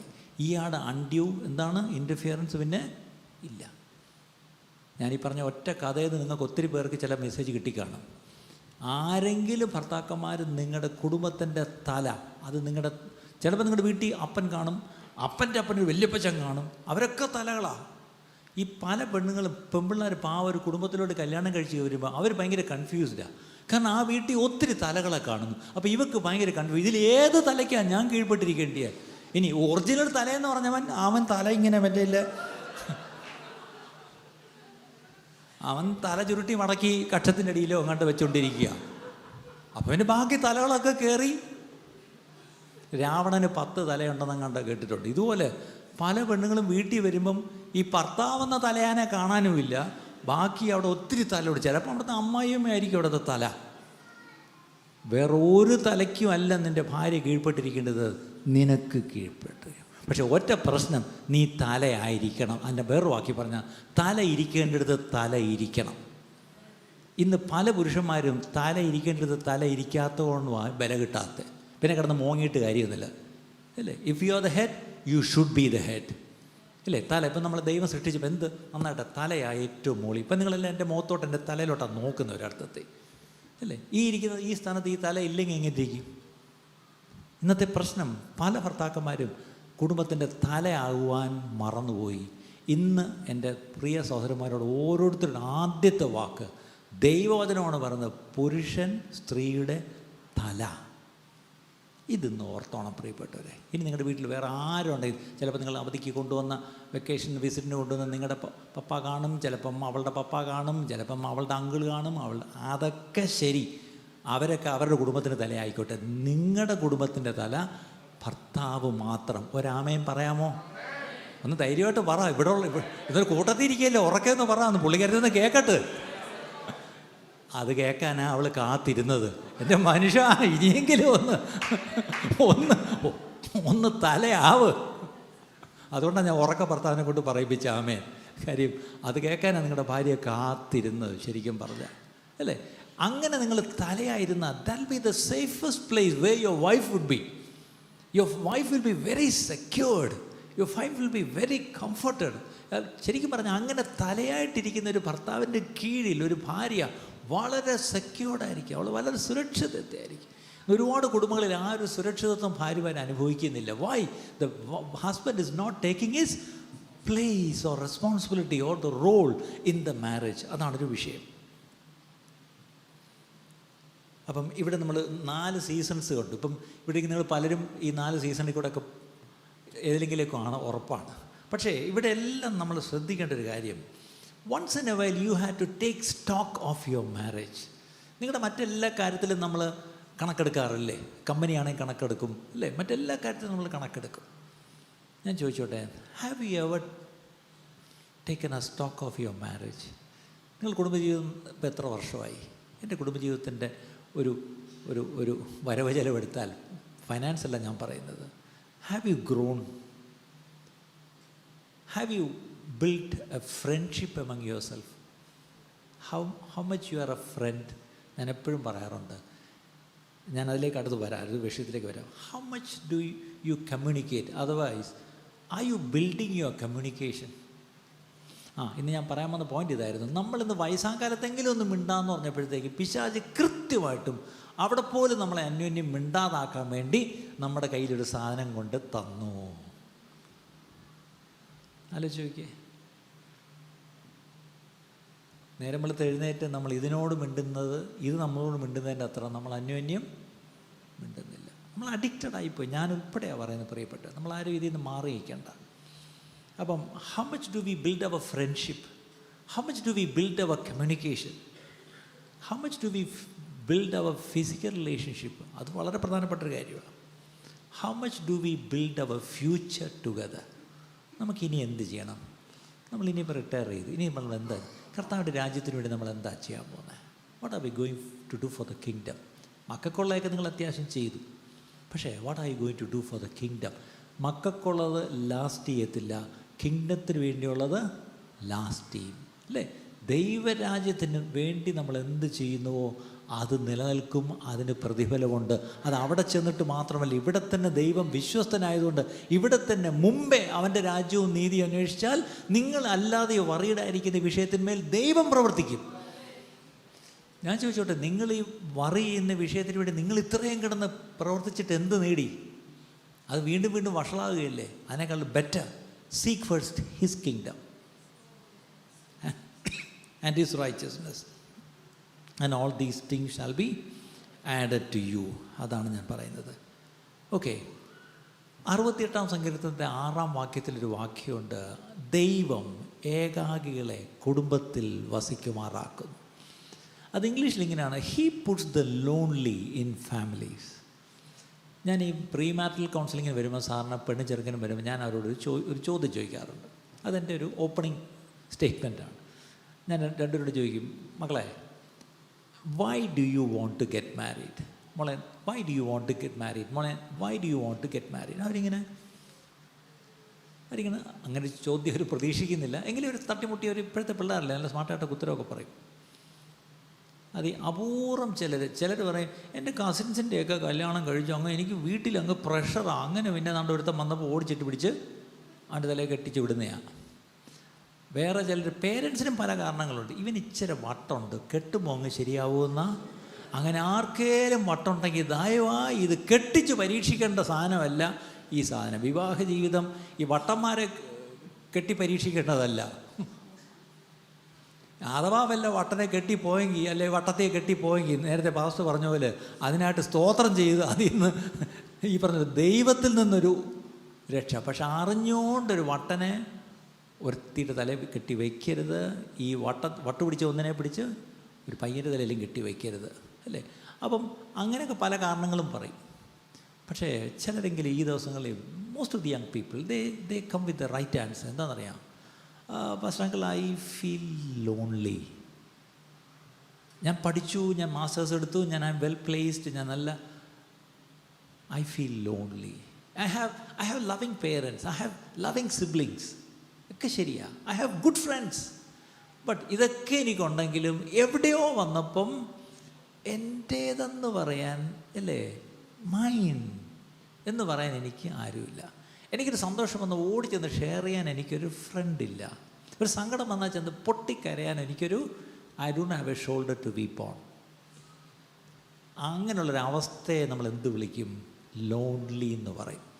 ബൈബിൾ എന്താ പറയുന്നത്? He puts the lonely in families. അവൻ ഏകാകികളെ കുടുംബത്തിൽ വസിക്കുമാറാക്കും. അങ്ങനെയാണെങ്കിൽ എവിടെയെങ്കിലും ജീവിതത്തിൽ നമുക്കൊരു ലോൺലിനെസ് വരുമ്പം നമ്മൾ പെട്ടെന്ന് അങ്ങ് സ്പിരിച്വലാവും. അവിടാണ് God has to come and fill that vacuum. Okay, അതൊക്കെ കൊള്ളാം.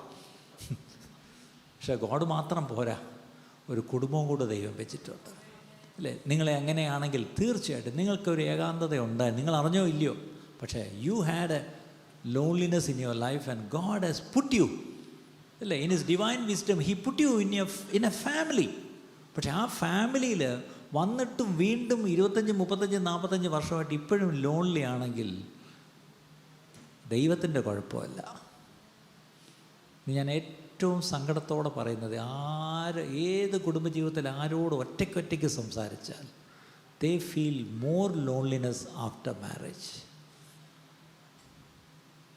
ഞാനത് തുറന്നു പറയാം പ്രിയപ്പെട്ടു. I'm making a confession here. Nowadays we feel more lonely after getting married. Why? എവിടെയോ എന്തോ കുഴപ്പം പറ്റി. ദൈവത്തിൻ്റെ കുഴപ്പമല്ല, നമ്മളെ പിടിച്ച് കെട്ടിച്ചെന്നവരുടെ കുഴപ്പമല്ല, നമ്മുടെ പേരൻസിൻ്റെ കുഴപ്പമല്ല. എവിടെയോ വി ഫെയിൽഡ്. എന്താണ്? To obey the word of God. ഒരു ഇൻസ്ട്രക്ഷൻ മാനുവൽ നമ്മുടെ കയ്യിൽ തന്നിട്ടുണ്ട്. പ്രോഡക്റ്റ് ഇതെങ്ങനെ ഉപയോഗിക്കണം എന്നുള്ള കൃത്യമായിട്ട് നമുക്ക് തന്നിട്ടുണ്ട്. പക്ഷേ എപ്പോഴോ നമ്മൾ ഈ മാനുവൽ തുറന്നു നോക്കാതെ കൊണ്ടുവച്ചങ്ങ് വർക്ക് ചെയ്യിപ്പിച്ച് തുടങ്ങി. അവിടെ ആ പ്രശ്നം. പിന്നെ വെടിയും പുകയും വരുമ്പോഴാണ് പോയി അത് തപ്പുന്നത്. എവിടെ എൻ്റെ കൂടെ ഒരു ബുക്ക് കിട്ടി, എന്ത് ചെയ്യേ? പുക വന്നപ്പോഴാണ് ബുക്ക് തിരക്കുന്നത്. ഇന്ന് പലതുമൊക്കെ പുക വന്ന് ഈ പറഞ്ഞ പോലെ പോയി. പക്ഷേ വേറെ നിവൃത്തിയില്ല. ഇനി കളഞ്ഞിട്ട് പോകാനും പറ്റത്തില്ല. 2 പിള്ളേരുമായിപ്പോയി. എന്നോട് ചില പേരൻസ് ഇപ്പം പറയുന്നത് എന്താണെന്നറിയാമോ? എന്നോട് ചില കുട്ടികൾ പറയുന്നത് എന്താണെന്നറിയാമോ? എന്നോടൊരു മോള് വന്നിട്ട് പറഞ്ഞു, അങ്കിൾ, വെൻ ഐ ബിക്കം 18, ഞാൻ 18 വയസ്സ് തികയുന്നതിൻ്റെ അന്ന് ഈ വീട്ടിൽ നിന്ന് ഞാൻ ഇറങ്ങിപ്പോവും. I M free. അത് കഴിഞ്ഞ് ഞാൻ ഇവിടെ നിന്ന് ഇറങ്ങിപ്പോവും. കഴിഞ്ഞ ആഴ്ച ഒരു ഭാര്യ വന്ന് എന്നോട് പറഞ്ഞു, ഹസ്ബൻഡ് ഡിവോഴ്സ് ഫയൽ ചെയ്തിരിക്കുക, ഞാൻ ഒപ്പിട്ട് കൊടുക്കത്തില്ല എന്ന് പറഞ്ഞു. ഞാൻ കൺസെൻറ്റ് തരത്തില്ല, മ്യൂച്വൽ ഞാൻ തരത്തില്ല, കാരണം I don't believe in divorce. 2 പിള്ളേർ ടീനേജേഴ്സ് കഴിഞ്ഞിപ്പം ഡിഗ്രി കഴിയുന്നു കുട്ടികൾ. അപ്പോൾ കഴിഞ്ഞ ആഴ്ച മോള് പറഞ്ഞെന്ന്, mamma, if dada doesn't want you, why don't you sign and let him leave? അവള്, മക്കളെ, നിങ്ങൾ ഡോണ്ട് വറി അബൌട്ട് us. ഞങ്ങൾ 18 കഴിഞ്ഞു. God will take care of us. Let dada be happy. ഒപ്പിട്ട് കൊടുത്തേര്, എന്നിട്ട് പിരിഞ്ഞോ. എങ്ങനെയുണ്ട്? പണ്ടൊക്കെയാണൊരു വീട്ടിൽ അപ്പന് പിരിയണമെന്ന് മക്കളുടെ മുമ്പ് വെച്ച് പറയൂ, അമ്മ പറയൂ. അങ്ങനെ ഒരു കൾച്ചർ ഉണ്ടായിരുന്നു നമുക്കൊക്കെ. ഇതാണ് ഇന്നത്തെ കൾച്ചർ പ്രിയപ്പെട്ടവരെ. ഇങ്ങനൊരു കാലത്താണ്, ഇങ്ങനൊരു ചലഞ്ചസിൻ്റെ ഇടയിലാണ് ഞാനും നിങ്ങളും കുടുംബജീവിതങ്ങളുമായിട്ട് ഈ ലോകത്ത് ജീവിക്കുന്നത്. ഒരു സഭയിലാണെങ്കിൽ സഭയിൽ, ഈ സഭയിൽ ദൈവം കൊണ്ടുവന്നത് എന്തിനു വേണ്ടിയാണ്? അനേകരെ സഹായിക്കാനാണ് പ്രിയപ്പെട്ടവരെ. പക്ഷേ ഒരു കാര്യം ഓർത്തോണം, നിങ്ങൾ ഫ്ലൈറ്റിൽ കയറിയപ്പം എയർ ഹോസ്റ്റസ് ഇൻസ്ട്രക്ഷൻസ് പറഞ്ഞപ്പം ഒരു കാര്യം പറഞ്ഞു. എന്താണ്? അഥവാ ഓക്സിജൻ ഡ്രോപ്പ് ചെയ്താൽ, പ്രഷർ ഡ്രോപ്പ് ചെയ്താൽ എന്ത് ചെയ്യണം? ഓക്സിജൻ മാസ്ക് ഇടണം. എന്നിട്ട് എന്ത് ചെയ്യണം? ഒരു കാര്യം പറഞ്ഞു, കൈ കുഞ്ഞുണ്ടെങ്കിൽ ആദ്യം എന്ത് ചെയ്യണം? കുഞ്ഞിന് വെച്ചിട്ട് അല്ല, ആദ്യം യു സെക്യൂർ, നിങ്ങളുടെ ഓക്സിജൻ മാസ്ക് കറക്റ്റായിട്ട് വെച്ച് ബ്രീത് ചെയ്ത് തുടങ്ങിയിട്ട് വേണം കുഞ്ഞിനെ സഹായിക്കാൻ, ബാക്കി ആരെങ്കിലും സഹായിക്കണമെങ്കിൽ. ആ പോയിന്റ് ശ്രദ്ധിച്ചോണം. Before helping others make sure you are been protected. അപ്പോൾ ഇത്രയൊക്കെ കേട്ടപ്പോൾ നിങ്ങൾക്കും പലരും തോന്നി, ശരിയാ, അയ്യോ അങ്ങനെയൊക്കെ ഉണ്ടെങ്കിൽ ഒരുപാട് പേരെ സഹായിക്കാനൊക്കെ എനിക്കും ഒരു മനസ്സ് വരുന്നു. പക്ഷേ അതിനുള്ള ഒറ്റ ക്വാളിഫിക്കേഷൻ എന്താണെന്നറിയാമോ? You should help yourself. You should come out of that loneliness. You both should become friends. You should start communicating. അങ്ങനെ ഉണ്ടെങ്കിൽ മാത്രമേ ഈ പറഞ്ഞ ഒരു ശുശ്രൂഷയിലേക്ക് ദൈവം നിങ്ങളെ കൊണ്ടുവരത്തുള്ളൂ. ഇന്ന് നമ്മൾ വിവാഹ ജീവിതത്തിലേക്ക്, നിങ്ങൾ പലരും ചിലപ്പം രക്ഷിക്കപ്പെട്ട ശേഷം കല്യാണം കഴിച്ചവരാ ആയിരിക്കാം കൂടുതലും എന്ന് തോന്നുന്നു നിങ്ങളെ കണ്ടിട്ട്. ചിലപ്പോൾ അല്ലാതെ പണ്ട് കർത്താവിനെ അറിയുന്നതിന് മുമ്പ് നിങ്ങൾ കല്യാണം കഴിച്ച് കുടുംബജീവിതത്തിലേക്ക് വന്നവരാവും. അന്നൊരു പക്ഷേ നിങ്ങളൊരു മിന്നു കെട്ടി ആയിരിക്കും നിങ്ങൾ കല്യാണം കഴിച്ചത്, അല്ലെങ്കിൽ നിങ്ങളിപ്പം മാല മാറിയായിരിക്കും, അല്ലെങ്കിൽ നിങ്ങൾ ഈ പറഞ്ഞ പോലെ പലതരത്തിലായിരിക്കാം. പക്ഷേ നമ്മൾ സാധാരണ നമ്മുടെ രീതിയിലൊരു രീതിയുണ്ട്. നമ്മൾ ഒരു വിവാഹം നടത്തുമ്പം അവർ രണ്ടുപേരും വന്ന് അവർ ദൈവത്തിൽ ആശ്രയിച്ച് അന്യോന്യം വിശ്വസിച്ച് അവരെന്ത് ചെയ്യുന്നു? ഒരു ഉഭയസമ്മതം, അത് കറക്റ്റ് വാക്കാണ്, അല്ലെങ്കിൽ ഉടമ്പടി. അത് ആ വാക്യം ബൈബിളിൽ എവിടെയാണെന്നറിയാമോ? മലാഖി 2:13-14 ആ വാക്യം അല്ലേ? അവൾ നിൻ്റെ കൂട്ടാളിയും നിൻ്റെ ധർമ്മപത്നിയുമല്ലോ എന്നാണ് മലയാളത്തിൽ. പക്ഷേ ഇംഗ്ലീഷിൽ ഷീസ് യുവർ വൈഫ് അല്ലേ? ഷീസ് യുവർ വൈഫ് ഓഫ് ദൈ covenant. She's your companion and the wife of ദൈ കവനൻറ്റ്. നീ ഉടമ്പടി ചെയ്ത് നിൻ്റെ ജീവിതത്തിലേക്ക് കൊണ്ടുവന്ന ഭാര്യയാണ് എന്ന് നീ ഓർക്കണം. ഇന്ന് ഇവിടിരിക്കുന്ന എല്ലാ ദമ്പതിമാരോടും ഒരു വാക്ക്, നിങ്ങളെപ്പറ്റി ബൈബിൾ പറയുന്നത്, if you are A child of God, നിങ്ങൾ തമ്മിലൊരു ഉടമ്പടി ബന്ധത്തിലാണ് ഒന്നായിരിക്കുന്നത്. ഒരു പക്ഷേ നിങ്ങൾ അന്ന് കല്യാണം കഴിഞ്ഞപ്പോൾ ഒരു പാസ്റ്റ് ഉടമ്പടി ബന്ധവും പറഞ്ഞു തന്ന് കാണത്തില്ല. ചിലപ്പോൾ ചില കേസിൽ എന്താ പറഞ്ഞതെന്ന് പാസ്റ്റർക്കും അറിയത്തില്ല, പറഞ്ഞ നിങ്ങൾക്കും അറിയത്തില്ല. അതുകൊണ്ട് അല്ലേ? പക്ഷേ ഇവിടെ ഒരു കാര്യം ഓർക്കണം, whether you have said it on your wedding day എന്നുള്ളതല്ല ഇവിടെ വിഷയം.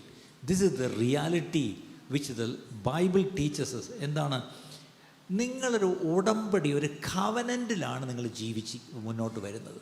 It's not a contract. ഞാൻ ഈ കല്യാണം നടത്തുമ്പോൾ എപ്പോഴും പറയും, വിവാഹ ജീവിതം ഒരിക്കലും ഒരു കോൺട്രാക്റ്റ് അല്ല. ഒരു സെക്കുലർ വെഡിങ്ങിൽ പോയാൽ, സെക്കുലർ മാരേജ് അല്ലേ രജിസ്റ്റർ ചെയ്യാൻ പോയാൽ അത് കംപ്ലീറ്റ് കോൺട്രാക്റ്റാണ് അല്ലേ? കരാർ. ഇന്ന് നമ്മൾ കരാർ ഒത്തിരി യൂസ്ഡാണ്. കാര്യം നമ്മൾ ഒത്തിരി കരാർ, നിങ്ങൾ തന്നെ ഒത്തിരി കോൺട്രാക്ട്സ് സൈൻ ചെയ്യുന്നത്. ഒരു വീട് എടുക്കണമെങ്കിൽ ഒരു വീട് എല്ലാം കോൺട്രാക്റ്റാണ്. ജോലിക്ക് കോൺട്രാക്റ്റ്, എല്ലാത്തിനും കോൺട്രാക്റ്റ്.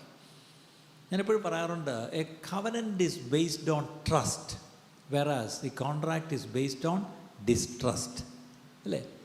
കവനൻറ്റ് വിശ്വസിക്കുന്നുകൊണ്ടാണ് ഉടമ്പടി ബന്ധത്തിൽ ഏർപ്പെടുന്നത്. കരാറോ വിശ്വാസം ഇല്ലാത്തതുകൊണ്ടാണ്.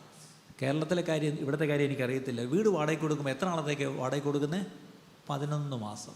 സ്വന്തം മച്ചാനും അളിയനും വീട് വാടകയ്ക്ക് കൊടുത്താലും 11 മാസത്തേക്കുള്ള കരാർ എഴുതി, എന്തൊക്കെ ചെയ്യത്തില്ല എല്ലാം എഴുതി, വാടക എഴുതി, അഡ്വാൻസ് എഴുതി, എല്ലാം ഈ താഴെ ഒപ്പിട്ട് രണ്ടുപേരും 2 സാക്ഷികളെയും കൊണ്ട് ഒപ്പിട്ടിട്ടേ വീട് കൊടുക്കത്തുള്ളൂ.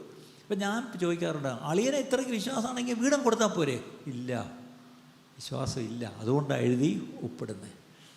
അപ്പം A contract is based on distrust. പക്ഷേ ഒരു covenant it's based on trust. ഈ കവനൻറ്റിന് ഒരു ചെറിയ പ്രശ്നമുണ്ട്. കൈപിടിച്ചങ്ങോട്ട് ഉടമ്പടി ചെയ്താൽ അൺലിമിറ്റഡ് ലയബിലിറ്റിയാണ്. കോൺട്രാക്റ്റിന് ലിമിറ്റഡ് ലയബിലിറ്റിയാണ്.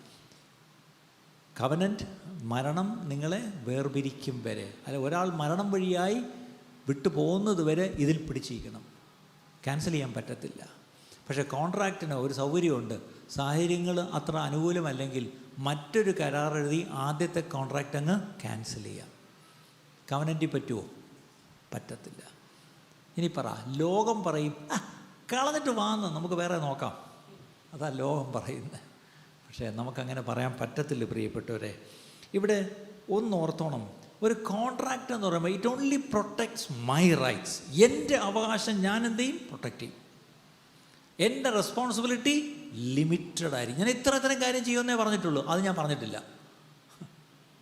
ഒരിക്കൽ ഞാൻ പണ്ട് ഓസ്ട്രേലിയയിൽ നിന്ന് വന്ന ഒരു കപ്പിൾ, അവർ രണ്ടുപേരും ഓസ്ട്രേലിയയിലല്ല, സോറി, അന്ന് അവർ, ആ പെണ്ണ് സൗത്ത് ആഫ്രിക്കയല്ല, ഈവൻ നാട്ടിലായിരുന്നു, സൗത്ത് ആഫ്രിക്കയിലോട്ട് കെട്ടിക്കൊണ്ട് പിന്നെ അവരങ്ങ് ഓസ്ട്രേലിയയിൽ പോയി.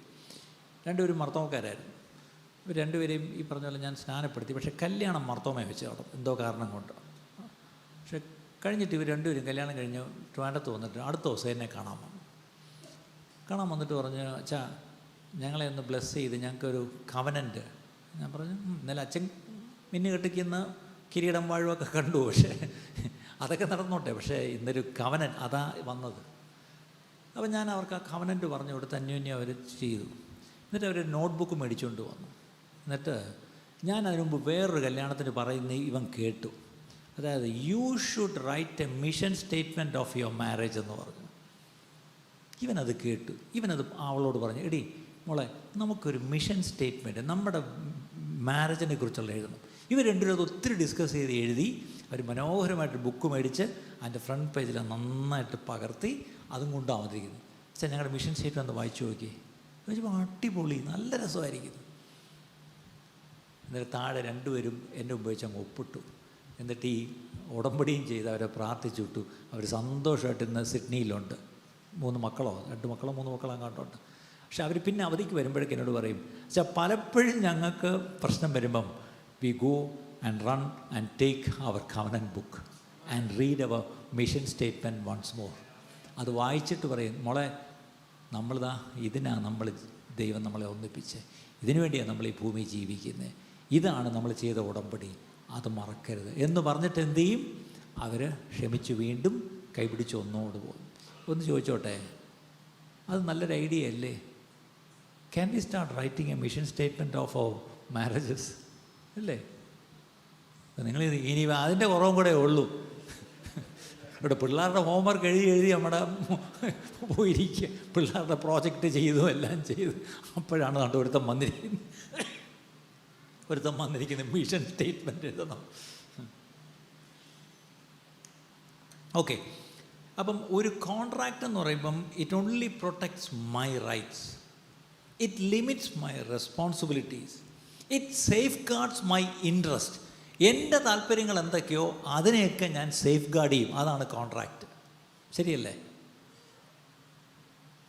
ഒരിക്കൽ അപ്പോഴാണ് UK ആയിട്ട് കണക്ട് ചെയ്തത്. ഇവിടെ UK എന്നൊരു ഒരു പെണ്ണും ചെറുക്കനും രണ്ടുപേരും ഡോക്ടേഴ്സാണ്. കല്യാണം കഴിക്കാൻ ട്രിവാൻഡ്രത്ത് എൻ്റെ അടുത്ത് വന്നു. ആ പയ്യൻ ട്രിവാൻഡ്രത്താണ്. എന്നിട്ട് പറഞ്ഞു, ഫസ്റ്റ് ഞങ്ങൾക്ക് കല്യാണം കഴിക്കണം. ശരി. അപ്പം അവർക്കൊരു പ്രീ മാരിറ്റൽ ഞാനിങ്ങനെ കൊടുത്തു. അപ്പം ഞാൻ ഈ മാരേജ് വോസ്, അത് ഉടമ്പടി വാചകം, അത് ട്രഡീഷണലുണ്ട്, കണ്ടംപററി ഉണ്ട്, ഇങ്ങനെ രണ്ടും. ഞാൻ എൻ്റെ നേരുബുദ്ധിക്ക് ഞാൻ ഈ 2 ഓപ്ഷൻസ് കൊടുത്തിട്ട് പറഞ്ഞു, യു ക്യാൻ ഡിസൈഡ് എന്ന് പറഞ്ഞു കൊടുത്തു. അപ്പോൾ ഇവർ ശരിയെന്ന് പറഞ്ഞു പോയി. രാത്രി അടുത്ത ദിവസം കല്യാണം. രാത്രി എന്നെ വിളിച്ച് പറയുക, അതെ ആ ഉടമ്പടിക്കകത്തെ ഞാൻ നിനക്ക് കീഴ്പ്പെട്ട് അനുസരിച്ച് ഇരുന്ന് കൊള്ളാം എന്നുള്ള സാധനം പറ്റത്തില്ല. We won't say that. ഞാൻ പെട്ടു. ഇവിടെയുള്ള UK വലിയ ഡോക്ടറിൻ്റെ മോളുമാണ്. നമ്മൾ ഈ ഓപ്ഷൻ കൊടുത്തത് അബദ്ധമായി. പക്ഷെ ഒരു കാര്യം അനുസരിച്ച് ഇന്നൊരു ഓപ്ഷൻ കൊടുത്തിട്ടില്ല. ഈ അനുഭവങ്ങൾ കൂടെ നമ്മൾ പഠിക്കുന്നത്. നമ്മൾ ഓപ്ഷൻ കൊടുത്തു പോയി. എനിക്കിനി അതിൽ നിന്ന് ഐ കനോട്ട് ഗോ ബാക്ക്. പക്ഷേ ഓപ്ഷൻ അവരങ്ങ് ഉപയോഗിച്ചു. അവർ പറഞ്ഞില്ല, we won't say that word, we don't believe in that, ഞങ്ങളത് പറയത്തില്ല. ഞാനങ്ങ് വിഷമിച്ചു. അന്ന് രാത്രി എനിക്ക് ഇത് പറയത്തില്ല, ഞാൻ കെട്ടിച്ചു ചേരത്തില്ല എന്നൊന്നും പറയാനുള്ള തൻ്റെ ഇടവും എനിക്കില്ല. എല്ലാം ഉറപ്പിച്ച് വെച്ചിരിക്കുന്ന ആളെ കല്യാണമാണ്. ഞാനങ്ങ് വിഷമിച്ചു. സത്യം പറഞ്ഞാൽ രാത്രി കിടക്കുന്നതിന് ദൈവത്തോട്, കർത്താവേ എന്നോട് ക്ഷമിക്കണം, ഞാൻ ആ ഓപ്ഷൻ കൊടുത്ത തെറ്റായിപ്പോയി, എങ്കിൽ എന്നോട് ക്ഷമിക്കും, പക്ഷെ അവരോട് നീ സംസാരിക്കണേ അപ്പാ എന്ന് പറഞ്ഞിട്ട് ഞാൻ കിടന്നുറങ്ങി. എനിക്ക് ഞാൻ രാത്രി I had a disturbed sleep, സത്യമാണ്.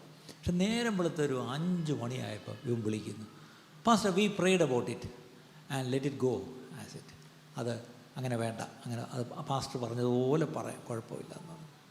എനിവേ ഐ ആം ഹാപ്പി അല്ലേ. ഇതുപോലൊക്കെ ശരിക്കും പറഞ്ഞോ. അപ്പോൾ ആ പയ്യൻ എന്തോ ഉദ്ദേശിച്ചെന്നറിയാം, അവരുടെ ആ ഉടമ്പടി വാചകത്തിൽ പോലും it has to safeguard my interest. ഇന്ന് നമ്മളിങ്ങനെയൊക്കെ പറയുന്നു എഴുതുന്നൊന്നും ഇല്ലെങ്കിലും നമ്മളൊക്കെ നമ്മുടെ ഇൻട്രസ്റ്റ് സേഫ് ഗാർഡ് ചെയ്താണ് നമ്മുടെ മാരേജ് കൊണ്ടുപോകുന്നത്. അവിടെയാണ് നമ്മൾ പലപ്പോഴും തെറ്റുന്നത്. പ്രിയം, എൻ്റെ അവകാശങ്ങൾ ഞാൻ സംരക്ഷിക്കും, എൻ്റെ ഉത്തരവാദിത്തങ്ങളെ പരിമിതപ്പെടുത്തും, എൻ്റെ താല്പര്യങ്ങൾ ഞാൻ ഉറപ്പുവരുത്തും.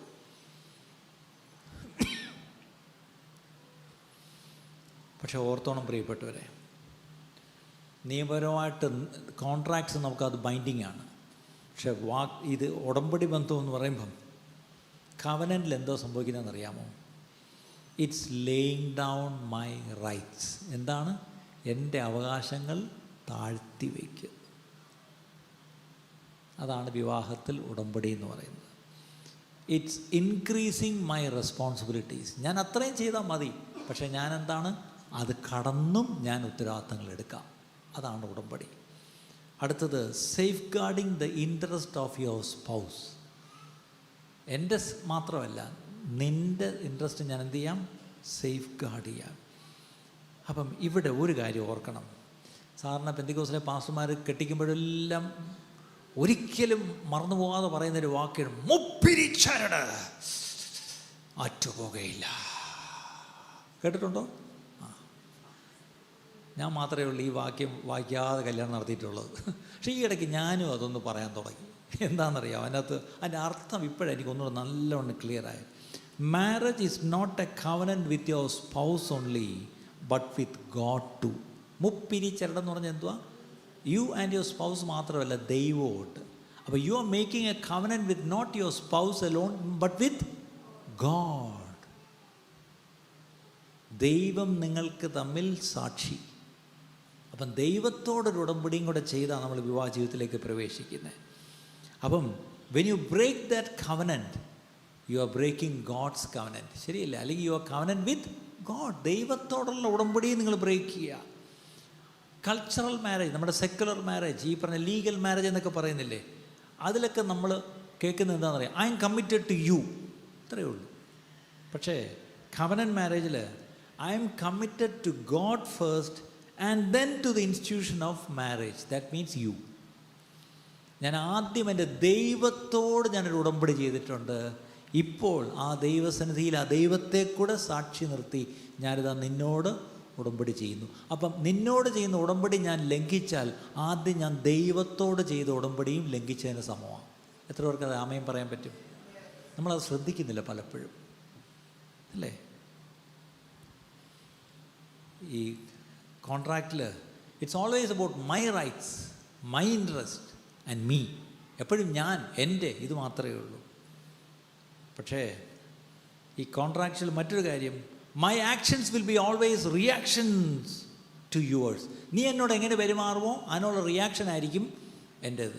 നീ എന്നെ സ്നേഹമായിട്ട് കരുതിയാൽ ഞാനും നിന്നെ സ്നേഹമായിട്ട് കരുതാം. നീ എന്നെ സന്തോഷിപ്പിക്കാം, ഞാനും നിന്നെ സന്തോഷിപ്പിക്കാം. ഇതാണ് ഒരു കോൺട്രാക്റ്റ്, ഒരു അഡ്ജസ്റ്റ്മെൻറ്റിലാണ് നമ്മളൊക്കെ പോകുന്നത് ശരിക്കും പറഞ്ഞാൽ. പക്ഷേ ഒരു കവനൻ്റൽ മാരേജിന് അങ്ങനെയല്ല. My actions are in response to Christ. നീ എന്ത് ചെയ്താലും തിരിച്ച് എൻ്റെ പ്രതികരണം ക്രിസ്തുവിനനുസരണമായിരിക്കും. മനസ്സിലായോ? ഇനി ആലോചിച്ച് നോക്കിയേ, നമ്മുടെ റെസ്പോൺസസ് ടു അവർ സ്പൗസസ് എങ്ങനെയാണ്? ഇങ്ങോട്ടും മിണ്ടിയില്ലേ, ഞാനും മിണ്ടത്തില്ല. ഇങ്ങോട്ടില്ല, ഇങ്ങോട്ടും ഇല്ല. ഇയാൾക്ക് വേണ്ടെങ്കിൽ എനിക്ക് പണ്ടേ വേണ്ട. ഇതൊക്കെ എന്തുവാ? My reactions to your actions. ഇതാണ് നമ്മൾ ആവറേജ് ഒരു 99% ദമ്പതികളുടെയും ആക്ഷൻസും റിയാക്ഷൻസ് ഇത് തന്നെയല്ലേ? ഇതൊക്കെ മനസ്സിലാവാൻ നമുക്ക് പ്രവചനം വരെ ഒന്നും വേണ്ടാന്നേ, നമ്മളൊക്കെ വെറും പച്ച മനുഷ്യരല്ലേ. പക്ഷേ ശരിക്കും അതല്ല ഉദ്ദേശിക്കുന്നത്. മൈ ആക്ഷൻ ഷുഡ് ബി എന്താണ്? അല്ല, മൈ റിയാക്ഷൻസ് അല്ല, my action should be in response to Christ. ക്രിസ്തു ആയിരുന്നെങ്കിൽ എങ്ങനെ റെസ്പോണ്ട് ചെയ്തേനെ? അങ്ങനെ എനിക്ക് റെസ്പോണ്ട് ചെയ്യാൻ പറ്റത്തുള്ളൂ. ഇനി അപ്പം marriage actually is A funeral of your ego and pride and your interest. നിങ്ങളുടെ സ്വാർത്ഥ താല്പര്യങ്ങൾ, അല്ല നിങ്ങളുടെ തന്നെ എന്ന് പറഞ്ഞ താല്പര്യങ്ങളുടെ ഒരു മരണവും അടക്കവും ആയിരിക്കണം നമ്മുടെ വിവാഹ ജീവിതം. നമ്മുടെ ഈഗോ, നമ്മുടെ കുടുംബജീവിതത്തിലെ പ്രശ്നത്തിന് എന്താ കാരണം? അവർ ഈഗോ അല്ലേ? നമ്മുടെ പ്രൈഡ് അല്ലേ? പ്രൈഡ്, ഇതാണ് വലിയ വിഷയം. ഇവിടെ ഓർക്കണം. അപ്പോൾ നിങ്ങൾ ചിന്തിക്കുക, ഇതൊക്കെ കേൾക്കാൻ നല്ല രസമുണ്ട്, പക്ഷേ will it work? With God it is impossible. അല്ല, ഇറ്റ് ഈസ് പോസിബിൾ. ദൈവത്താൽ സാധ്യം. ഇവിടെ നോ കവനൻറ്റ് വിത്തൗട്ട് ഡെത്ത്. ക്രിസ്തു നമ്മളുമായിട്ട് ഉടമ്പടി ചെയ്തു. എങ്ങനെയാണ്? എൻ്റെ രക്തത്തിൽ പുതിയ ഉടമ്പടി. എൻ്റെ അർത്ഥം രക്തം എങ്ങനെയാണ് വന്നത്? മരിച്ചപ്പോഴാണ് അല്ലേ? മരിച്ചു. ഇനി നമ്മുടെ ഈഗോയും നമ്മുടെ പ്രൈഡും മരിക്കുമെങ്കിൽ മാത്രമേ നിങ്ങൾക്കൊരു ഉടമ്പടി ബന്ധത്തിൽ നിങ്ങളുടെ പങ്കാളിയോട്ട് ജീവിക്കാൻ പറ്റൂ. മരിക്കാത്രത്തോളം കാലം അവിടെ ഉടമ്പടിയില്ല. അത് വെറും കരാറ് മാത്രമാണ് അല്ലേ? അവിടെ ഒന്ന് ഓർത്തോണം, if you don't die someone will die. എന്നോട് പറയാം, if you don't die someone will die. ആരാ? Your marriage will die. ഇത്ര പേർക്ക് മനസ്സിലായി? നിങ്ങൾ ഒരാൾ മരിക്കാൻ തയ്യാറായില്ലെങ്കിൽ വേറൊരാൾ മരിക്കും. അതാരാ? നിങ്ങളുടെ പങ്കാളിയല്ല. അയാൾ ജീവിക്കും, അവളും ജീവിക്കും. നിങ്ങളുടെ മാരേജ് മരിച്ചു. ഇനി ഒരു സത്യം പറയട്ടെ, നമ്മൾ നല്ലൊരു പങ്ക് ഇന്ന് നമ്മൾ ചുറ്റുപാട് നോക്കിയാൽ ചത്ത മാരേജസാണ്. പക്ഷേ നമ്മൾ ജോലിക്ക് പോകുന്നു, ഒന്നിച്ച് വീട്ടിൽ താമസിക്കുന്നു, മക്കളുണ്ടാവുന്നു, അതൊക്കെ ശരി. പക്ഷേ in reality we are living a dead married life. ഇന്ന് ദൈവസന്നിധിയിൽ നമ്മളെ ദൈവം കൊണ്ടുവന്നുവെങ്കിൽ വാസ്തവമായിട്ടും ദൈവം എന്തിനാണ് നമ്മളെ വിളിച്ചിരിക്കുന്നത്? ഇനിയാണ് ഞാൻ കാര്യത്തിലേക്ക് വരുന്നത്. ആസ് എ ഹസ്ബൻഡ്, ഞാൻ നേരത്തെ പറഞ്ഞു, head, being the head is very very important. തലയായിരിക്കുക. കാര്യം നിങ്ങൾക്കറിയാമല്ലോ, ഭർത്താക്കന്മാരോടുള്ള ദൈവവചനത്തിൽ ഉള്ള കൽപ്പനകൾ എന്തൊക്കെയാണ്? ഭർത്താക്കന്മാരെ, നിങ്ങളുടെ ഭാര്യമാരെ സ്നേഹിപ്പി. എങ്ങനെ സ്നേഹിക്കണം? നീ നിന്നെപ്പോലെ സ്നേഹിക്കണം. പിന്നെയും പറഞ്ഞിട്ടുണ്ട്, ക്രിസ്തു സ്നേഹിച്ചതുപോലെ സ്നേഹിക്കണം. പിന്നെ നീ അവളെ പോറ്റി പുലർത്തണം. വേറൊരിടത്ത് എഴുതിയിട്ടുണ്ട്, ഭാര്യമാർക്ക് ബഹുമാനം കൊടുക്കണം. അത് ഒരു പാസ്റ്ററും പ്രസംഗിച്ചാൽ ഇന്ന് വരെ കേട്ടിട്ടില്ല. ആ കൂടി പാസ്റ്റർമാർ പറഞ്ഞ് കീഴ്പ്പെട്ട് അനുസരിച്ച്. അപ്പോൾ ഇത് കേട്ടാൽ തോന്നുന്നു ഇത് വെറും തൻ്റെ അടി ഒരു പെണ്ണാണ്, ഇവൾ ഒട്ടും പറഞ്ഞാൽ കേൾക്കുന്ന ജാതിയല്ല, അതുകൊണ്ടാണ് പാസ്റ്റർ ഇച്ചിരി കടുപ്പിക്കുന്നതെന്ന് തോന്നും അല്ലേ? കീഴ്പ്പെടണം, കീഴ്പ്പെടണം, കീഴ്പ്പെടണം. ഇത് മാത്രമേ ഞാനും ഒക്കെ കേട്ടിട്ടുള്ളൂ പണ്ടൊക്കെ ഈ കല്യാണത്തിന് പോകുമ്പോൾ. പക്ഷേ നമ്മൾ ശരിക്കും പഠിച്ചു വന്നപ്പോഴാണ് കീഴ്പ്പെടണമെന്നൊക്കെ തന്നെയാണ്. പക്ഷേ അതെങ്ങനെ, ഏത് കോണ്ടെക്സ്റ്റാണെന്ന് ഓർത്തോണം. അപ്പോൾ ഭർത്താക്കന്മാരുന്ന് അവശ്യം പഠിച്ചുകൊണ്ട് പോകേണ്ട 2 വാക്കുണ്ട്. ഒന്നാമത്തെ വാക്ക് ഹെഡ്ഷിപ്പ്. എന്താണ്? തല. തലയായിരിക്കും. തല ഇരിക്കേണ്ടടുത്ത് തല ഇരിക്കണം. തിരിച്ച് ചെല്ലുമ്പം അഥവാ അങ്ങനെ മറന്നു പോകണമെങ്കിൽ ഭാര്യമാരെ ഒന്ന് ഓർപ്പിച്ചേക്കണം. എന്താണ്? അയാൾ പറഞ്ഞില്ലയോ, നിങ്ങളെന്തോ ആയിരിക്കണം? ഒന്ന് തലയായിരിക്കും. ഞാൻ അന്ന് കണ്ടിട്ട് ചാവട്ടെ നിങ്ങളൊന്ന് തലയാവുന്നത് അല്ലേ?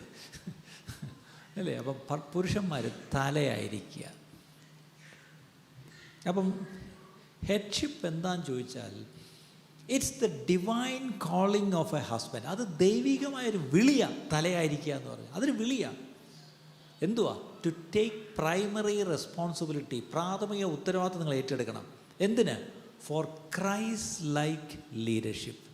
നിങ്ങളുടെ കുടുംബത്തിൻ്റെ തലയായിരുന്നു നിങ്ങൾ ലീഡ് ചെയ്യണം. പക്ഷേ എങ്ങനെയാണ് ലീഡ് ചെയ്യേണ്ടത്?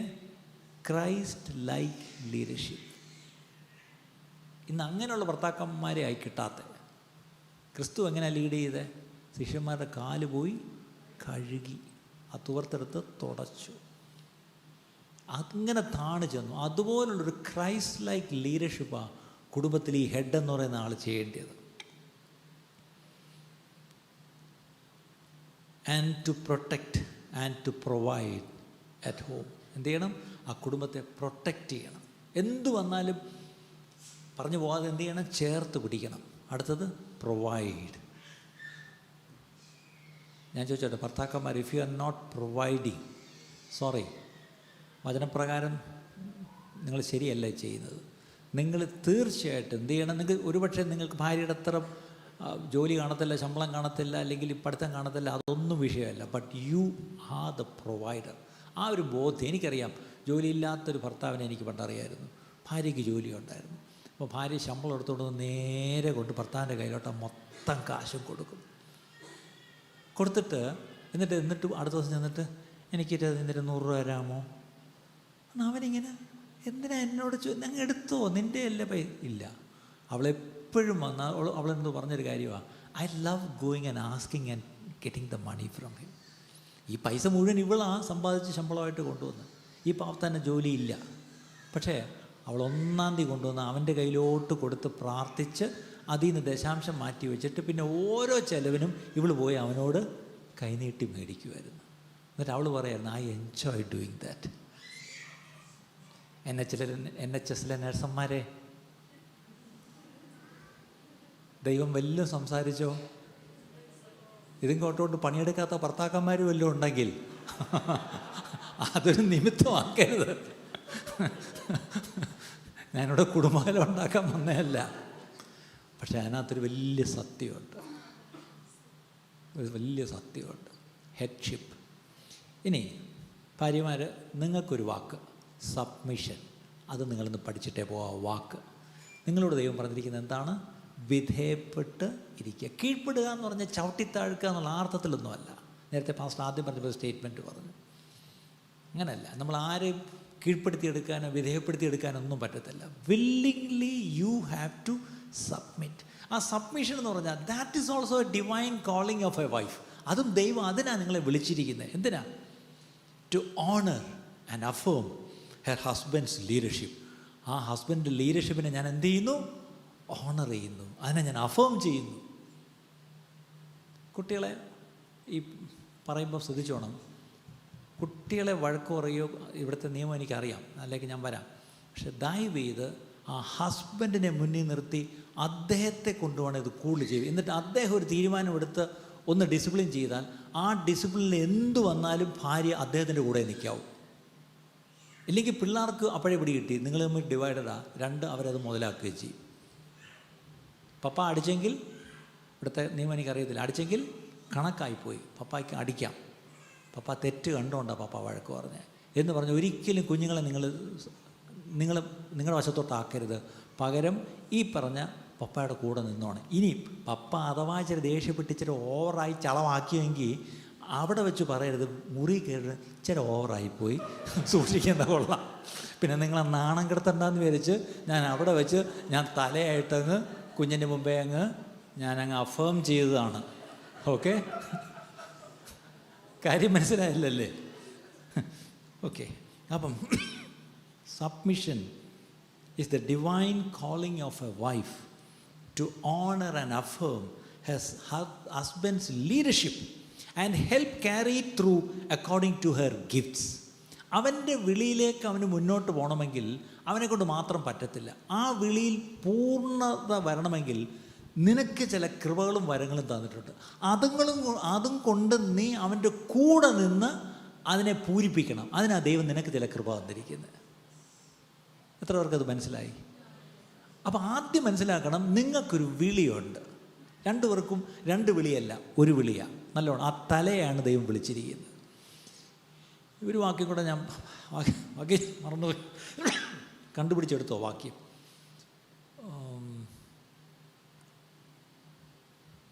വുമൺ ഇസ് ദ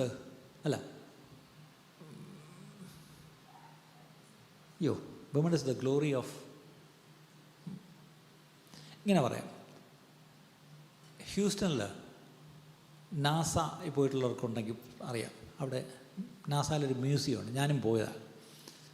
അവിടെ ചെന്നപ്പോൾ ഒരു ചന്ദ്രനിൽ പോയി കൊണ്ടുവന്ന കല്ല്, പാറക്കല്ല് അവിടെ വെച്ചിട്ടുണ്ട്.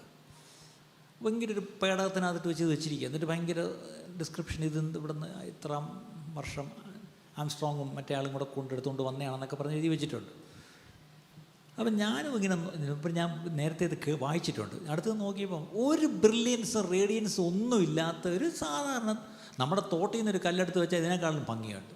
ഒരു ഭംഗിയില്ലാത്തൊരു ഡൾ ഒരു കല്ല. പക്ഷേ ആ കല്ലിൻ്റെ താഴെ ഒരു ഡിസ്ക്രിപ്ഷനുണ്ട്. But this is the most powerful, എന്താ ഇത് കറക്റ്റ് വാക്ക് കിട്ടുന്നില്ലല്ലോ, റേഡിയൻ്റ് ബ്രില്യൻസ് ഒന്നും ഇല്ല, പക്ഷേ ഈ ഇതിനെ അടിക്കുന്ന ലൈറ്റ് അടിക്കുമ്പം റിഫ്ലക്റ്റ് ചെയ്യുന്ന മോസ്റ്റ് റിഫ്ലക്റ്റീവ് മെറ്റീരിയൽ. ഈ കല്ല് എന്താണെന്നറിയാമോ? ഏറ്റവും കൂടുതൽ റിഫ്ലക്റ്റ് ചെയ്യും ഒരു വെട്ടം വന്ന്. അങ്ങനെയാണെങ്കിൽ സൂര്യൻ്റെ അടുത്ത് മറ്റ് നക്ഷത്രങ്ങൾ വരുമ്പോൾ എന്തോ സംഭവിക്കുന്നത്? അങ്ങനെയാണ് ദൈവം. ദൈവത്തിൻ്റെ മുമ്പിൽ നമ്മൾ ചെല്ലുമ്പം അവൻ്റെ ഗ്ലോറിയും റേഡിയൻസും നമ്മളിൽ പതിക്കുന്നു. അങ്ങനെയാണെന്നുണ്ടെങ്കിൽ men are like sun and women are like moon. അപ്പോൾ നിങ്ങൾ ഇതേത് ഗൂഗിളിൽ നിന്നാണ് കണ്ടുപിടിച്ചത്? ആ വാക്യത്തിലുണ്ട്. ഞാൻ ബ്രേക്കിൽ ഞാൻ ആ വാക്യം എടുത്തു തരാം. കിട്ടിയോ? അത് തന്നെ, സ്ത്രീയോ പുരുഷൻ. പുരുഷൻ ദൈവത്തിൻ്റെ പ്രതിമയും തേജസ്സുമാകിയാൽ മൂടുപട ഇടേണ്ടതല്ല. സ്ത്രീയോ പുരുഷൻ്റെ തേജസ്. അവിടെ ഹെഡ് കവറിങ്ങിനെ പറ്റി ഇപ്പോൾ എൻ്റെ പോയിൻ്റ് അതല്ല, ദയവ് ഇത് എന്നെ വിട്ടേക്കണം ആ കാര്യത്തിൽ. അത് എന്താണ്? Man is the image and glory of God, but woman is the glory of the man. അതിൻ്റെ അർത്ഥം നിങ്ങളെ താഴ്ത്തിക്കെട്ടാനല്ല. ക്രിസ്തുവിൻ്റെ ആ തേജസ്സിൻ്റെ പ്രതിബിംബമാണ് പുരുഷൻ. അങ്ങനെയാണെങ്കിൽ സ്ത്രീ വരുമ്പോൾ എന്താണ്? ഇതിനെ യു റിഫ്ലക്റ്റ്. ഇപ്പം മനസ്സിലായോ? സ്ത്രീകൾ സൗര്യമാരെ ക്ഷമിക്കണം, നിങ്ങൾക്ക് സ്വയമേ ഷൈൻ ചെയ്യാൻ പറ്റത്തില്ല. പുരുഷന്മാരെ നിങ്ങളാ ഷൈൻ ചെയ്യേണ്ടത്. നിങ്ങൾ ചുമ്മാ ഉള്ള പൊട്ടിയെല്ലാം ഇവിടെ അടുപ്പിച്ച് ഷൈൻ ചെയ്യിപ്പിക്കരുതേ. നിങ്ങളൊന്ന് ഷൈൻ ചെയ്യും. നിങ്ങൾ എത്രയും ഷൈൻ ചെയ്തോ നിങ്ങളുടെ അടുത്തോട്ട് ഈ ചന്ദ്രൻ വരുമ്പം താനേ ഷൈൻ ചെയ്യും.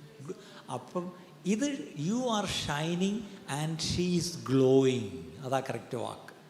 എന്താണ്? അതുകൊണ്ട് ഇതുവരെ ഷൈൻ ചെയ്യാത്ത പുരുഷന്മാർ ഇന്ന് തൊട്ട് ഒന്ന് ഷൈൻ ചെയ്യാൻ തുടങ്ങിക്കാണ്. വീട്ടിൽ ചെല്ലുമ്പോൾ ഭാര്യ എന്ത് വായിച്ചാൽ ഷൈനിങ് ഞാൻ വചനം അനുസരിക്കാൻ തുടങ്ങി, വചനം ഏറ്റെടുത്തു. എന്താണ്? ഇന്ന് മുതൽ ഞാനൊന്ന്, നിങ്ങൾ ഷൈൻ ചെയ്യുമെങ്കിൽ നിങ്ങളുടെ അടുത്ത് വരുന്ന ഈ ചന്ദ്രൻ glow. You are suppose to shine and they are suppose to glow. അവർക്ക് താനെ കണ്ട ഒരു റേഡിയൻസും ബ്രില്യൻസും ഒന്നും ഇല്ല. അതുകൊണ്ടല്ലേ അവർ ഒത്തിരി മേക്കപ്പ് നമ്മളെക്കാട്ടിലും ഇടുന്നത്. നമുക്കതിൻ്റെ ആവശ്യമില്ല, നമുക്ക് പ്രകൃതി അതുകൊണ്ട്.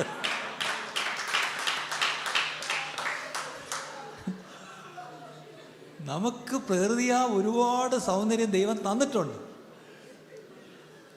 നമുക്ക് ആ ബ്രില്യൻസും റേഡിയൻസും ഒക്കെ ദൈവം തന്നു. സൂര്യനെ പോലെ നമ്മൾ എന്ത് ചെയ്യണം? കത്തി ജ്വലിക്കണം. പക്ഷെ നമ്മൾ കത്തി ജ്വലിക്കുമ്പം നമ്മുടെ അടുത്തോട്ട് ഇവർ വരുമ്പം അവരും അതിനെ പ്രതിബിംബിക്കും. അതാണ് കുടുംബജീവിതത്തിലെ ഇത്. നിങ്ങൾ എവിടെയെങ്കിലും കേട്ടിട്ടുണ്ടോ പ്രിയപ്പെട്ടവരെ? ഇതൊക്കെയാണ് നമ്മൾ കല്യാണത്തിന് പറയേണ്ടത് പ്രിയപ്പെട്ടവരെ, അല്ലേ? ഇത് അപ്പോൾ ഒറ്റ കാര്യം, as a son you should be shining. എങ്കിലേ ഇവിടെ ഇത് വന്ന് എത്ര തന്നാൽ എന്താ അടിക്കാനാ? ഒന്നും അടിക്കാനില്ല. ഇതായി പ്രശ്നം. ഇതുവരെ അവർ ഗ്ലോ ചെയ്യാത്തതിൻ്റെ കാര്യം യു ആർ നോട്ട് ഷൈനിങ്, അല്ലേ? അപ്പം സബ്മിഷൻ എന്ന് പറഞ്ഞാൽ it's a divine calling of a wife to affirm a husband's leadership and help carry through according to her give. ഇപ്പോൾ 2 വാക്കുകൾ പഠിച്ചു. എന്തായിരുന്നു? പുരുഷന്മാർ ഹെഡ്ഷിപ്പ്, സ്ത്രീകൾ സബ്മിഷൻ. ഇനി എൻ്റെ കൂട്ടത്തിൽ ഒരു വാക്കുകൂടെ പറഞ്ഞേക്കാം. ഒരു പുരുഷനെ സംബന്ധിച്ചോളം അവൻ ഏറ്റവും പ്രതീക്ഷിക്കുന്നത് ഒരു ഭാര്യയിൽ നിന്ന് എന്താണെന്നറിയാമോ? ഓണർ, ബഹുമാനം, ഒരാദരവ്. എന്നോട് എത്ര പുരുഷന്മാർ പറഞ്ഞിട്ടുണ്ടെന്നറിയാമോ? എൻ്റെ മക്കളുടെ മുമ്പ് വെച്ച് ഇവൾ പറയുന്ന വാക്കുകൾ, ഒരു പുരുഷൻ എന്ന നിലയ്ക്ക് ഞാൻ തകർന്നാണ് ജീവിക്കുന്നത്. ഞാൻ ആയതുകൊണ്ട് ജോലിക്ക് പോകുമ്പം എന്നെ കണ്ട എത്ര പേരെ സല്യൂട്ട് ചെയ്യുന്നതെന്നറിയാം. അത്രയ്ക്ക് ഉന്നത പദവി എനിക്ക് സമൂഹത്തിൽ എൻ്റെ ജോലിയിലുണ്ട്. പക്ഷെ വീട്ടിൽ വന്നാൽ എൻ്റെ മക്കളുടെ മുമ്പ് വെച്ച് എൻ്റെ ഭാര്യ എനിക്ക് ഒരു വിലയും തരത്തില്ല. കാര്യം മനസ്സിലായോ? ഒരിക്കലും ഒരു ഭർത്താവിനെ വീട്ടിൽ, പ്രത്യേകിച്ച് മക്കളുടെ മുമ്പിൽ, ഒരിക്കലും താഴ്ത്തിക്കെട്ടി സംസാരിക്കരുത്. നിങ്ങൾ അവരുടെ മുമ്പിൽ ഏറ്റവും ഓണർ കൊടുത്ത് വേണം സംസാരിക്കാൻ. അത് കൊടുത്താലുള്ള ഗുണം എന്താണെന്നറിയാമോ? നിങ്ങളുടെ ഭർത്താവിന് സന്തോഷം വരുമോ ഇല്ലയോ എന്ന് അക്നോളജ് ചെയ്യുമോ എന്നുള്ളതൊന്നുമല്ല വിഷയം. നിങ്ങളുടെ കുഞ്ഞുങ്ങൾ ഇത് കണ്ടു വളർന്നാൽ അവർ പിന്നീട് അവരുടെ ദാമ്പത്യ ജീവിതത്തിൽ ഇതൊക്കെ കാണിക്കും. അവർ ഓണർ കൊടുക്കാൻ പഠിക്കും. നിങ്ങൾ ഈ പറഞ്ഞ ഭർത്താവിനെ നിരന്തരം ഒരു ബഹുമാനം കൊടുക്കാത്ത ഒരു അമ്മയാണ്, ഒരു ഭാര്യയാണെങ്കിൽ നിങ്ങളുടെ മോളെങ്ങനെയായിരിക്കും ഇപ്പോഴേ നമുക്ക് ഊഹിക്കാം. അവൾ ചെന്ന് കയറുന്നിടത്ത് അവൻ അയ്യോ കഷ്ടം എന്നല്ലാതെ വേറൊന്നും പറയാനില്ല. ഐ പിറ്റി ഹിം, അല്ല എന്ത് പറയാനാ അല്ലേ? ചിലർ പറയത്തില്ലേ, ഒരു പെണ്ണ് കാണാൻ പോകുമ്പോൾ പണ്ടൊക്കെ പറയും അവിടെ തള്ള എങ്ങനെയുണ്ട്. അതെന്തിനാ തള്ള? അല്ല, നമുക്കൊന്ന് അറിയണം. ഈ തള്ള വീട്ടിൽ പുരുഷനെ ബഹുമാനിക്കാത്ത ഒരു തള്ളയാണെങ്കിൽ ആ തള്ളയുടെ മോളെ കെട്ടരുത് തന്നെ ഞാൻ പറയും. ദൈവം എന്നോട് ക്ഷമിക്കട്ടെ. ഞാൻ ഈ അനുഭവങ്ങളുണ്ടാ പറയുന്നത്, വേദന ഉണ്ടാ പറയുന്നതാണ്. പല വീടുകളിലെയും തകർച്ച ഈ അമ്മമാർ പറഞ്ഞു കൊടുക്കേണ്ടത് ഈ വചനപ്രകാരം നമ്മളിപ്പം കേട്ട പോലെയൊക്കെയാണ് പറഞ്ഞു കൊടുക്കേണ്ടത്. പക്ഷെ ഇന്നത്തെ അമ്മമാരെന്തോ പറഞ്ഞു കൊടുക്കുന്നത്? നേരെ തിരിച്ചാ അല്ലേ? മക്കളുടെ മുമ്പ് വെച്ച് ഒരിക്കലും ബഹുമാനം കുറച്ച് സംസാരിക്കരുത്. ഓണർ അവനത് ഒരു ഓണർ അവൻ പ്രതീക്ഷിക്കുന്നുണ്ട്. അത് വേറെ ആര് കൊടുക്കുന്നേക്കാൾ അവൻ്റെ വീട്ടിൽ അവൻ്റെ ഭാര്യ കൊടുക്കുമ്പം അതുപോലെ അവനൊരു സന്തോഷം. അവൻ രാജാവാണ്. He should be the king of the house. ഇനി തിരിച്ച് പുരുഷന്മാരെ ഭാര്യമാരും അതുപോലെ ആഗ്രഹിക്കുന്നൊരു കാര്യമാണ്. എന്താണെന്നറിയാം?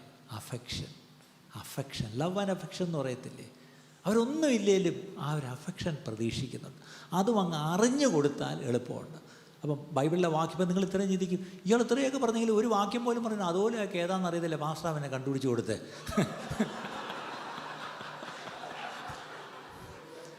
ഞാനൊരു കാര്യം പറയാം, വാക്യമൊക്കെ നിങ്ങൾക്ക് ഇഷ്ടം പോലെ കിട്ടും. പക്ഷെ ഞാനീ പറഞ്ഞ പല കാര്യങ്ങളും നിങ്ങൾക്ക് എപ്പോഴും കിട്ടുന്നില്ല. അതുകൊണ്ടാണ്. ഇനി സമയക്കുറവുകൊണ്ട് ഞാൻ വാക്യം എടുത്തില്ല എന്നുള്ളത്. വാക്യം എല്ലാം ഇവിടെ ഇരിപ്പുണ്ട്. ഭർത്താക്കന്മാരോട് എന്തോ പറഞ്ഞേ? സ്നേഹിക്കണം. 2, എങ്ങനെ സ്നേഹിക്കണം? നിന്നെപ്പോലെ സ്നേഹിക്കണം, സ്വന്തം ശരീരത്തെ പോലെ സ്നേഹിക്കണം. 3, ക്രിസ്തു സഭയെ സ്നേഹിച്ചതുപോലെ സ്നേഹിക്കണം, പോറ്റി പുലർത്തണം. അടുത്തത് ബഹുമാനം കൊടുക്കണം. ഇത്രയേ ഉള്ളൂ. ഇത്രയും കാര്യം പറഞ്ഞിട്ടുള്ളൂ. സത്യമാണ്. ഭാര്യമാരോടോ പറഞ്ഞേ? അടിവരെ ഇട്ടിട്ടില്ലേ? എന്ന് വായിച്ചേ. ഭാര്യമാരെ, നിങ്ങളുടെ ഭർത്താക്കന്മാരെ ഇല്ലേ? ഉണ്ട്. അവർ അടിവരെ പോയിട്ട് കണ്ടിട്ട് പോലും ഇല്ല അങ്ങനെ ഒരു വാക്യം. ഭർത്താക്കന്മാരെ സ്നേഹിക്കണമെന്ന് ഭാര്യയോട് പറഞ്ഞിട്ടുണ്ടോ? ഇൻട്രസ്റ്റിംഗിലി ഞാനൊരു ഒരു രഹസ്യം പറയാം. ബൈബിളിൽ don't come for a fight, നിങ്ങൾ ആ ശരിയായ സെൻസിലെടുക്കുക. ഭാര്യമാരോട് ഭർത്താക്കന്മാരോട് സ്നേഹിക്കണമെന്ന് പറഞ്ഞിട്ടില്ല. ഭർത്താക്കന്മാരോട് സ്നേഹിക്കണമെന്ന് പറഞ്ഞിട്ടുണ്ട്. അതെന്താ? ഭാര്യമാർ ബൈ ഡിഫോൾട്ട് സ്നേഹിക്കും. അവർക്ക് സ്നേഹമുണ്ട്. രാത്രി വെള്ളം അടിച്ചുകൊണ്ട് വന്ന് എടുത്തിട്ട് ചളിക്ക് മൊത്തം തട്ടിപ്പൊട്ടിയാലും അടുത്ത ദിവസവും വൈകിട്ട് കഞ്ഞിയും കറിയും വെച്ച് കാത്തിരിക്കും. പിന്നെയും വന്ന് കാര്യപരിപാടി തലേന്ന് തന്നെയാണ്, പിന്നെയും ചവിട്ടിപ്പൊട്ടിക്കും. പിന്നെയും അടുത്ത ദിവസം വെച്ച് കാത്തിരിക്കും. ഭർത്താവ് ഈ പറഞ്ഞ പോലെ ഷാപ്പിൽ നിന്ന് എത്ര ലേറ്റായിട്ട് വന്ന് കാര്യപരിപാടി കഴിഞ്ഞിട്ടേ, പിന്നെ എന്താണ് തട്ടിപ്പൊട്ടിക്കൽ കഴിഞ്ഞിട്ടേ ഇവൾ കഴിക്കത്തുള്ളൂ. എന്താ? ആദാമനും ഹവ്വയും ഈ പറഞ്ഞ പോലെ യഹോവയായ ദൈവം എന്താ പറഞ്ഞത്? നിൻ്റെ ഇഷ്ടം അവനോടായി, നിൻ്റെ ഭർത്താവിനോടായിരിക്കും. അവനെടുത്തിട്ട് നിന്നെ ചളക്കും, എന്നാലും നീ അവനെ തന്നെ നോക്കിയിരിക്കും. ഇതാണ് സത്യം. അതിൻ്റെ അർത്ഥം ഭാര്യമാർക്കുള്ളിൽ സ്നേഹമുണ്ട്. അതവർക്ക് സ്നേഹിക്കാൻ അവർക്കറിയാം. ഓക്കെ. തിരിച്ച് ഭാര്യമാരുണ്ടെന്ന് പറഞ്ഞ് ഭർത്താവിന് അനുസരിച്ച് കീഴ്പ്പെട്ടിരിക്കണം. കർത്താവിനെന്ന പോലെ നീ സ്വന്തം ഭർത്താക്കന്മാർക്ക് കീഴടങ്ങിയിരിക്കണം. അതെന്തിനാ അങ്ങനെ പറഞ്ഞേ? ബൈ ഡിഫോൾട്ട് സ്ത്രീകൾക്ക് ഈ പറഞ്ഞ പോലെ സ്നേഹമുണ്ട്. അതുകൊണ്ട് ഭർത്താവ് ബൈ ഡിഫോൾട്ട് സ്നേഹം ഭർത്താക്കന്മാർക്കില്ല. അതും കൂടെ പറഞ്ഞേക്കാം. ബൈ ഡിഫോൾട്ട് ഞങ്ങൾ ഭർത്താക്കന്മാരെല്ലാം അങ്ങ് സ്നേഹമുള്ളവരല്ല. അതുകൊണ്ടാണ് ഞങ്ങളോട് കർത്താവ് പറഞ്ഞിരിക്കുന്നത് സ്നേഹിക്കണമെന്ന്. ഇനി തിരിച്ച് ബൈ ഡിഫോൾട്ട് നിങ്ങൾ ഈ അനുസരണവും കീഴ്പ്പെടുമെന്നുള്ളവരല്ല സഹോദരിമാർ. അതുകൊണ്ടാണ് നിങ്ങളോട് കീഴ്പ്പെടണം, അനുസരിക്കണമെന്ന് പറഞ്ഞിരിക്കുന്നത്. ഇപ്പം മനസ്സിലായോ?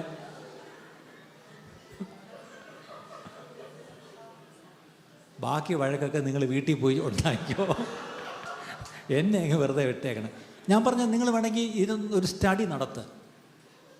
By default men are not that loving. ഞാൻ ഉൾപ്പെടെയാണ് പറയുന്നത്. We are not that loving. അതുകൊണ്ടാണ് ഞങ്ങളോട് വന്നിരിക്കുന്നത് you have to love your wife. തിരിച്ച് by default wives you are not that obedient and submissive. അതുകൊണ്ടാണ് നിങ്ങളോട് പറഞ്ഞിരിക്കുന്നത് ഒന്ന് അവന് കർത്താവിനെന്ന പോലെ ഒന്ന് കീഴ്പ്പെട്ടിരിക്കണേ എന്ന് പറഞ്ഞിരിക്കുന്നത്. ഇനി ഒരു സത്യം കൂടെ പറയാം. സ്നേഹിക്കുന്ന ഒരു ഭർത്താവിനെ ബോധമുള്ള ഏത് ഭാര്യയും കീഴ്പ്പെടും. ഇനി കീഴ്പ്പെട്ട് അനുസരിക്കുന്ന ഒരു ഭാര്യയെ ബോധമുള്ള ഏത് ഭർത്താവും സ്നേഹിക്കും. നമ്മളിതിന് എന്തോ പ്രശ്നമെന്നറിയാം. നമ്മളിങ്ങനെ കാത്തിരിക്കുക. നീ സ്നേഹിക്കും, അപ്പം ഞാൻ കാണിച്ചു തരാം. അവിടെ ഭർത്താവ് നീ ആദ്യം ഒന്ന് അനുസരിക്കുക, എന്നിട്ട് ഞാൻ സ്നേഹിക്കും. എത്ര വർഷമായി ഇങ്ങനെ വാശി പിടിച്ചുകൊണ്ടിരിക്കാൻ തുടങ്ങിയിട്ട്? ഇന്നെങ്കിലും ഇതിൽ ആരേലും ഒന്ന് കീഴടങ്ങണം. ആരാ കീഴടങ്ങണ്ടിയ? ഭാര്യമാരല്ലയോ? അവിടാണ് ഇനി അടുത്തൊരു ഞെട്ടിക്കുന്ന സ്റ്റേറ്റ്മെൻറ്റ്. ഭർത്താക്കന്മാരെ, ക്രിസ്തു സഭയെ സ്നേഹിച്ചതുപോലെ സ്നേഹിപ്പിൻ. ലവ് എന്ന് ഇംഗ്ലീഷിൽ കിടക്കുന്നു, മലയാളത്തിൽ സ്നേഹിക്കുക. അതിൻ്റെ ഒറിജിനൽ ഭാഷയിൽ പോയാൽ വേറെ വാക്കാണ് ലവിന്. God so loved the world that he gave his only begotten Son, that whoever believes in him shall not perish but shall have everlasting life. ഏതാ ലവ്? അഗാപ്പെ. ശരിയാണ്. ദൈവം നമ്മളെ സ്നേഹിച്ച സ്നേഹം ഏതാ? അഗാപ്പെ. ഇനി ഒരു സത്യം കൂടെ പറയട്ടെ, നിങ്ങൾക്കൊരു ഞെട്ടലായിരിക്കും. ഭർത്താക്കന്മാരോട് ഭാര്യമാരെ സ്നേഹിക്കാൻ പറഞ്ഞിരിക്കുന്ന വാക്കും അഗാപ്പയാണ്. അഗാപ്പയുടെ അർത്ഥം എന്താണെന്നറിയാമോ? ഒന്നും തിരിച്ച് പ്രതീക്ഷിക്കാതെ അങ്ങോട്ട് സ്നേഹിച്ചുകൊണ്ടേയിരിക്കണം. അത് നഷ്ടക്കച്ചവടം. അടുത്തത് സാക്രിഫിഷ്യലും. അത് ക്രിസ്തു എങ്ങനെയാണ് സ്നേഹിച്ചത്? I love you guys, I love you, ഇങ്ങനെയാണ് യേശു പറഞ്ഞിട്ട് പോയത്. തൻ്റെ ജീവനെ കൊടുത്ത് ആ സ്നേഹം തെളിയിച്ചു. അങ്ങനെയാണ് ഈ ഭർത്താക്കന്മാരെ നമ്മൾ എന്ത് ചെയ്യണം? ചക്കരശ്വാസം വലിച്ചുകൊണ്ടാണെങ്കിലും സ്നേഹിച്ചേ പറ്റൂ. തിരിച്ച് കിട്ടുന്നുണ്ടോ? കിട്ടുന്നില്ല. പ്രതീക്ഷിക്കരുത്. ഏതെങ്കിലും ഭർത്താവ് ഇച്ചിരേലും പ്രതീക്ഷ വെച്ചിട്ടുണ്ടെങ്കിൽ ഇന്ന് അതും വിട്ടേക്കണം. നമുക്ക് ഒരു ഭാര്യയുടെ സ്നേഹം പോലും പ്രതീക്ഷിക്കാൻ നമുക്ക് യോഗമില്ല. കാര്യം ക്രിസ്തുവിൻ്റെ സ്ഥാനത്ത് നമ്മൾ ക്രൂശിലാണെന്നുള്ള ഓർത്തോണം. അപ്പം മനസ്സിലായോ? ഓ, സഹോദരിമാരുടെ ഒരു സന്തോഷം, നമ്മൾ രക്ഷപ്പെട്ടു. സത്യമാണ് പ്രിയപ്പെട്ടവരെ. ദൈവത്തിൻ്റെ സ്നേഹം കഴിഞ്ഞാൽ പിന്നെ സ്നേഹം പറഞ്ഞിരിക്കുന്നത് അഗാപ്പെ ഭർത്താവിനോടാണ്. സന്തോഷമായിട്ട് കഴിയുന്നു. എന്നെ കേൾക്കുന്ന ഭർത്താക്കന്മാരെ, അഗാപ്പയുടെ അർത്ഥം രണ്ടാണ്.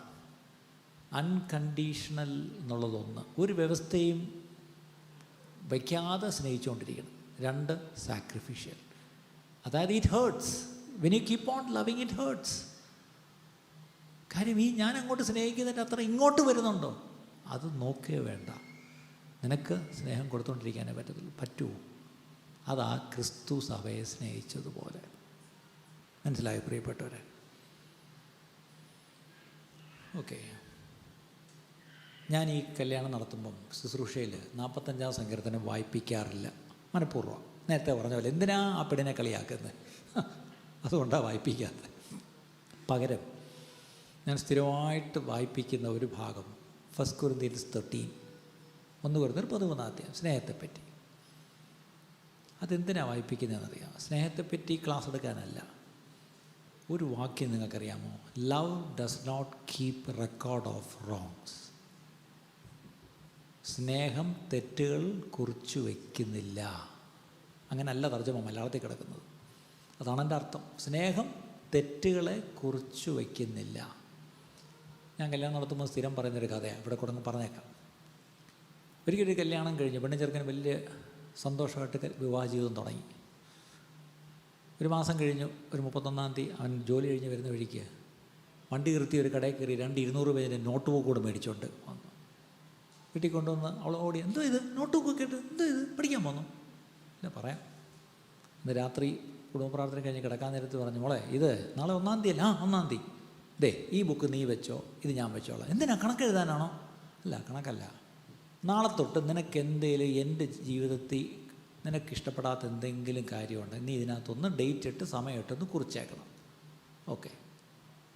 പ്രാർത്ഥിച്ച് 2 പേരും നോട്ട് ബുക്കുമായിട്ട് അടുത്ത ദിവസം രാവിലെ അവൾ എഴുന്നേറ്റ് അടുക്കളയിൽ ചെന്ന് കാപ്പി ഇട്ട് കൊണ്ടുവന്ന്, കാപ്പി എന്ന് പറഞ്ഞപ്പോഴത്തേക്ക് ഇവനിങ്ങനെ കുടിച്ച്, ചൂടില്ലല്ലോ എന്ന് പറഞ്ഞു. അവൾ നേരെ പോയി നോട്ട് ബുക്ക് എടുത്തു. 1-ാം തീയതി 6:10 ചായ കൊടുത്തപ്പം ചൂടില്ലല്ലോ എന്ന് പറഞ്ഞ ആ രീതി എനിക്ക് ഇഷ്ടപ്പെട്ടില്ല. ഓക്കെ. പെട്ടെന്ന് 30 ദിവസം അങ്ങ് പോയി. 30-ാം ദിവസം രാത്രിയായപ്പം അവളെ ഇന്ന് 30-ആയി, നാളെ 1-ാം തീയതി നമ്മുടെ ബുക്ക് എടുത്തോ. ബുക്ക്. അവൾ ഓടിച്ചെന്ന് ബുക്ക് എടുത്തുകൊണ്ട് വന്നു. ആരാ ആദ്യം വായിക്കുന്നത്? Ladies first. ഓക്കെ. അവളുടെ ബുക്ക് തുറന്നു. ആദ്യത്തെ പേജ് 1-ാം തീയതി 6:10 ചായക്ക് ചൂടില്ലല്ലോ എന്ന് പറഞ്ഞ രീതി. അവിടെ തുടങ്ങി 6:10, 6:20, 6:40 ഇങ്ങനെ മൊത്തം വായിച്ച് കേൾപ്പിച്ച്. എല്ലാം വായിച്ചപ്പോൾ അവൻ ചോദിച്ചു, കഴിഞ്ഞോ ചോദിച്ചാൽ ഇനിയും ഉണ്ടായിരുന്നു, പിന്നെ ഞാൻ നല്ല ആയതുകൊണ്ട് ഇത്രയൊക്കെ എഴുതിയുള്ളൂ. ശരി.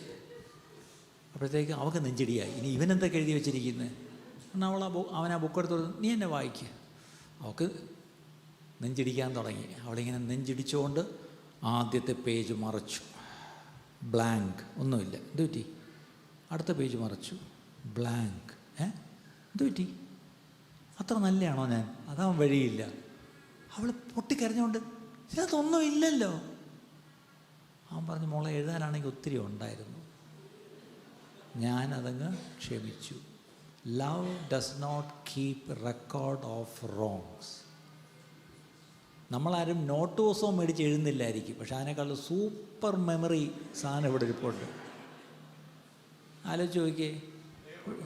അതെ, ഡേ 1 36 വർഷം മുമ്പ് ആ വീട്ടിൽ എന്നെ കൈപിടിച്ച് കയറ്റിയ അമ്മായിയമ്മ അങ്ങോട്ട് ഇരുത്തിയേച്ച് ഓടിച്ചെന്ന് പാലെടുത്തുകൊണ്ട് വന്ന് കൊടുക്കുമ്പോൾ ആ പറഞ്ഞ വാക്ക് ഇപ്പോഴും എൻ്റെ ഇവിടെ ഇന്നലത്തെ പോലെ എനിക്ക് ഓർമ്മയുണ്ട്. ആലോചിച്ച് നോക്കിയേ. We all keep record of all the wrongs. അതാ പലപ്പോഴും നമ്മുടെ കുടുംബജീവിതത്തിൻ്റെ പ്രശ്നം. ഇത് എങ്ങനെയാണെന്ന് വൈപ്പ് ഔട്ട് ചെയ്യുന്നത്? ഇതൊന്ന് ഫോർമാറ്റ് ചെയ്യാനുള്ള വകുപ്പ് വല്ലതും ഉണ്ടോ? കംപ്ലീറ്റ് അങ്ങ് ക്ലീൻ സ്ലേറ്റ് എന്ന് വൈപ്പ് ഔട്ട് ചെയ്ത് എന്ത് നല്ലതായിരുന്നു. അപ്പം ഇവിടെയാണ് it is impossible to love somebody and at the same time hold the bad things they may have done in the past against them. ഒരാളെ സ്നേഹിക്കുക എന്ന് പറയുകയും അതേസമയത്ത് പണ്ടെന്നോ അയാൾ പറയുകയോ ചെയ്യുകയോ ചെയ്തൊരു കാര്യത്തെ ഇന്നും ഓർത്തുകൊണ്ടിരുന്നാൽ അത് പിന്നെ സ്നേഹമല്ല. പക്ഷെ നമ്മളെല്ലാം ചെയ്യുന്നത് സ്നേഹമില്ല എന്നാരും പറഞ്ഞു, എനിക്ക് സ്നേഹമൊക്കെ ഉണ്ട്, അതുകൊണ്ടല്ലേ ഞാൻ ഇവിടെ താമസിക്കുന്നത്, ഇല്ല എന്നെ പോയനെ. ഈ കൂടെ താമസിക്കുന്നത് കുഞ്ഞുങ്ങളെ വളർത്തുന്നത് എന്തോ വലിയ ഫേവറൊന്നും പോലെ, വേറെ നിവൃത്തിയില്ല, എങ്ങോട്ട് പോകാനാ? നേരത്തെ പറഞ്ഞ പോലെ അപ്പം പറഞ്ഞില്ലേ, മോളെ എപ്പം വേണേലും ഏത് പാതിരാത്രിക്കും വരാം, ഒറ്റയ്ക്ക് വരരുത്. നിന്നെ കേൾക്കുന്ന എല്ലാ അമ്മമാരും അപ്പന്മാരും മക്കൾക്ക് കൊടുക്കേണ്ട ഒരു ഉപദേശം അത് തന്നെ ആയിരിക്കണം. ഒറ്റയ്ക്ക് വന്നാൽ ഇവിടെ കയറ്റത്തില്ല എന്നൊന്നും പറഞ്ഞെങ്കിലും വിട്ടേക്ക്. ഒന്നുമില്ലേ, ഒന്നും ഓർക്കുമല്ലോ, തിരിച്ചു വരാൻ ഒരു ടെംപ്റ്റേഷൻ ഉണ്ടാകുമ്പോൾ ഈ വാക്ക് അവരെ ഒന്ന് പിന്തിരിപ്പിക്കട്ടെ അതിൽ നിന്ന്. ഓക്കെ, എൻ്റെ വാക്ക് ഞാൻ നിർത്തുന്നതിന് മുമ്പ്, ഈ സ്നേഹമെന്ന് ബൈബിളിൽ പറയുന്ന എത്ര സ്നേഹമുണ്ടെന്നാണ് പറയുന്നത്? 4. ഏതൊക്കെയാ? അഗാപ്പെ. നമ്മുടെ കുടുംബജീവിതം ഒരു നല്ല അടിസ്ഥാനം കിട്ടണം. ആ അടിസ്ഥാനം അഗാപ്പെ സ്നേഹത്തിലായിരിക്കണം, അൺകണ്ടീഷണൽ സാക്രിഫിഷ്യൽ. പക്ഷേ അടിസ്ഥാനം ആരും കാണത്തില്ല, അത് മണ്ണിനടിയിലാണ്. ഇതിനിപ്പോൾ നല്ലൊരു ചുവര് പണിഞ്ഞു. ഈ ചുവരാണ് ശരിക്കും, ഈ ചുവരെന്ന് പറയുന്നൊരു സ്നേഹമുണ്ട്, അതാണ് ഫിലിയോ എന്ന് പറയുന്നത്. ഫിലദൽഫിയ അല്ലെങ്കിൽ ഫ്രണ്ട്ലി ബ്രദർലി ലവ് എന്നൊക്കെ പറയാം. അല്ലെങ്കിൽ വേറൊരു വാക്കി പറഞ്ഞാൽ ശരിക്കും open communication, laughter, shared activities, tears. Even സങ്കടം വന്നാലും ഓടി വന്ന് കരയാൻ, അങ്ങനെയുള്ളൊരു ബന്ധം, അതാണ്, ആ സ്നേഹമാണ് ഫീലിയോ. അത് കഴിഞ്ഞ് മേളിതാണ്ട് കൂര വന്നു. ഈ കൂര വേറൊരു സ്നേഹം ഏതാണെന്നറിയാമോ? അതാണ് സ്റ്റോർഗെ എന്നതൊരു വാക്കാണ് ഗ്രീക്കിൽ. സ്റ്റോർഗെ, STORGE. ആ സ്റ്റോർഗെ എന്ന് പറഞ്ഞത് വേറൊന്നുമല്ല, അതിനെയാണ് ഇന്ന് ഈ ഹോളിവുഡും ബോളിവുഡും ഒക്കെ അങ്ങ് സെലിബ്രേറ്റ് ചെയ്യുന്നത്. Romantic love, romance. ഇത് സിനിമയൊക്കെ പറയുന്ന എല്ലാം റൊമാൻസാണ്. ഇത് ലോകത്തിന് ആ റൊമാൻസ് മതി. കല്യാണം കഴിക്കുന്നത് തന്നെ റൊമാൻറ്റിക് ലവിന് വേണ്ടിയാണ്. പക്ഷേ റൊമാൻറ്റിക് ലവ് കൂരയാണ്. നല്ല അടിസ്ഥാനമായിട്ട് ശരിക്കും ചുവര് പണിയാതെ ഈ കൂര കൊണ്ട് വെച്ചാൽ എല്ലാം ഇടിഞ്ഞു വീഴും. ഒത്തിരി കുടുംബജീവിതങ്ങൾ കാണുന്നുണ്ടോ, പറയുന്നതിനും ഇടിഞ്ഞു വീഴുന്നത്. എന്താ കാര്യം?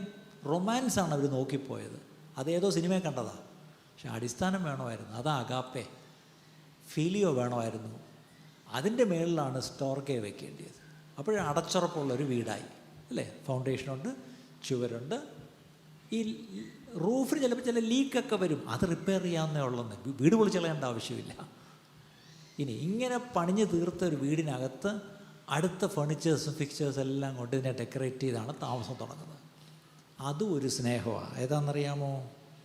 അത് നിങ്ങൾക്ക് ഒത്തിരി പേർക്ക് ഇച്ചീച്ചിയാന്ന് പറയും. അത് ഈ ഉത്തമഗീതം എന്നൊരു പുസ്തകമുണ്ട്. അതൊരു ഇച്ചീച്ചി പുസ്തകമൊന്നുമല്ല, നല്ലൊരു പുസ്തകമാണ്. ഭാര്യയും ഭർത്താവും കൂടെ ഇന്നൊന്ന് പോയി ഒന്ന് വായിച്ചു നോക്കുന്നത് നല്ലതാണ്. അതിനകത്ത് ഈ പറഞ്ഞ സ്നേഹമെല്ലാം അതിനകത്തുണ്ട്. ഉത്തമഗീത 2:5 ഞാൻ പ്രേമ പരവശയായിരിക്കാൽ മുന്തിരിയട തന്ന് എന്നെ ശക്തീകരിപ്പീൻ, നാരങ്ങ തന്ന് എന്നെ തണുപ്പിപ്പീൻ. ഇതൊക്കെ പറഞ്ഞിരിക്കുന്നത് ആ പീക്കാണ്, ആ റൊമാൻസാണ് ശരിക്കും പറഞ്ഞാൽ. പക്ഷേ ഇവിടെ ഓർത്തോണം, ഈ പറഞ്ഞ ആ സ്റ്റോർഗെ എന്ന് പറഞ്ഞ അഫെക്ഷനേറ്റ് ലവ്, അത് ശരിക്കും പറഞ്ഞാൽ it's a physical show of affection that results from a pure motive. ശരിയായ താല്പര്യത്തിൽ നിന്ന്, ഹൃദയത്തിൽ നിന്നുള്ള എൻ്റെ ഫിസിക്കൽ അഫെക്ഷൻ കാണിക്കില്ല.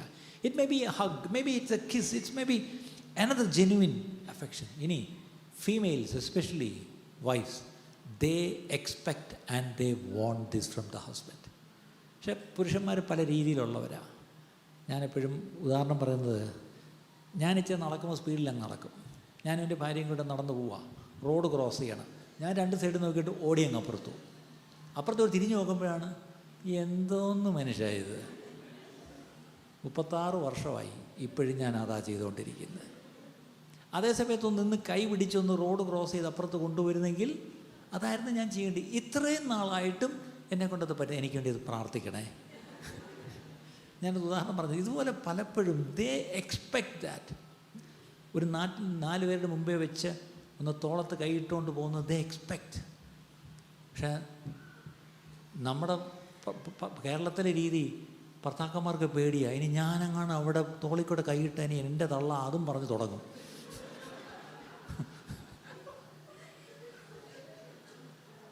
കാരണം ഈ തള്ളയുടെ തോളത്ത് ആരും ആ ഭർത്താവ് കൈയിട്ടിട്ടില്ല.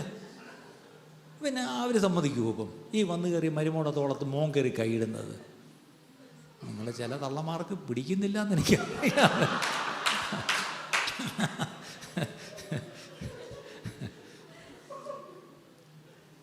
അപ്പം അഗാപ്പയായി, ഫീലിയോ ആയി, സ്റ്റോർഗയായി,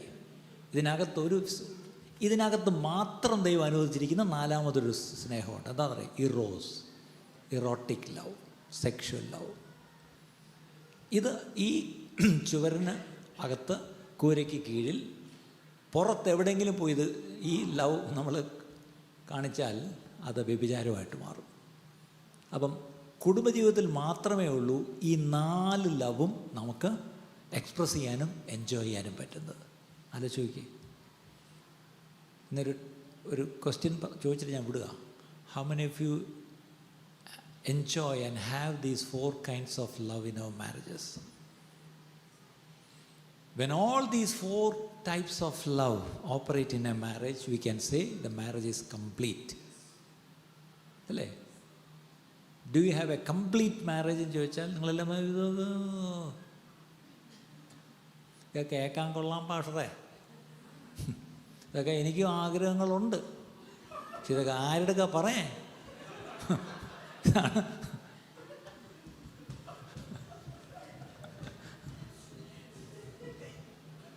പിള്ളേർ തകർക്കുന്ന മേളി.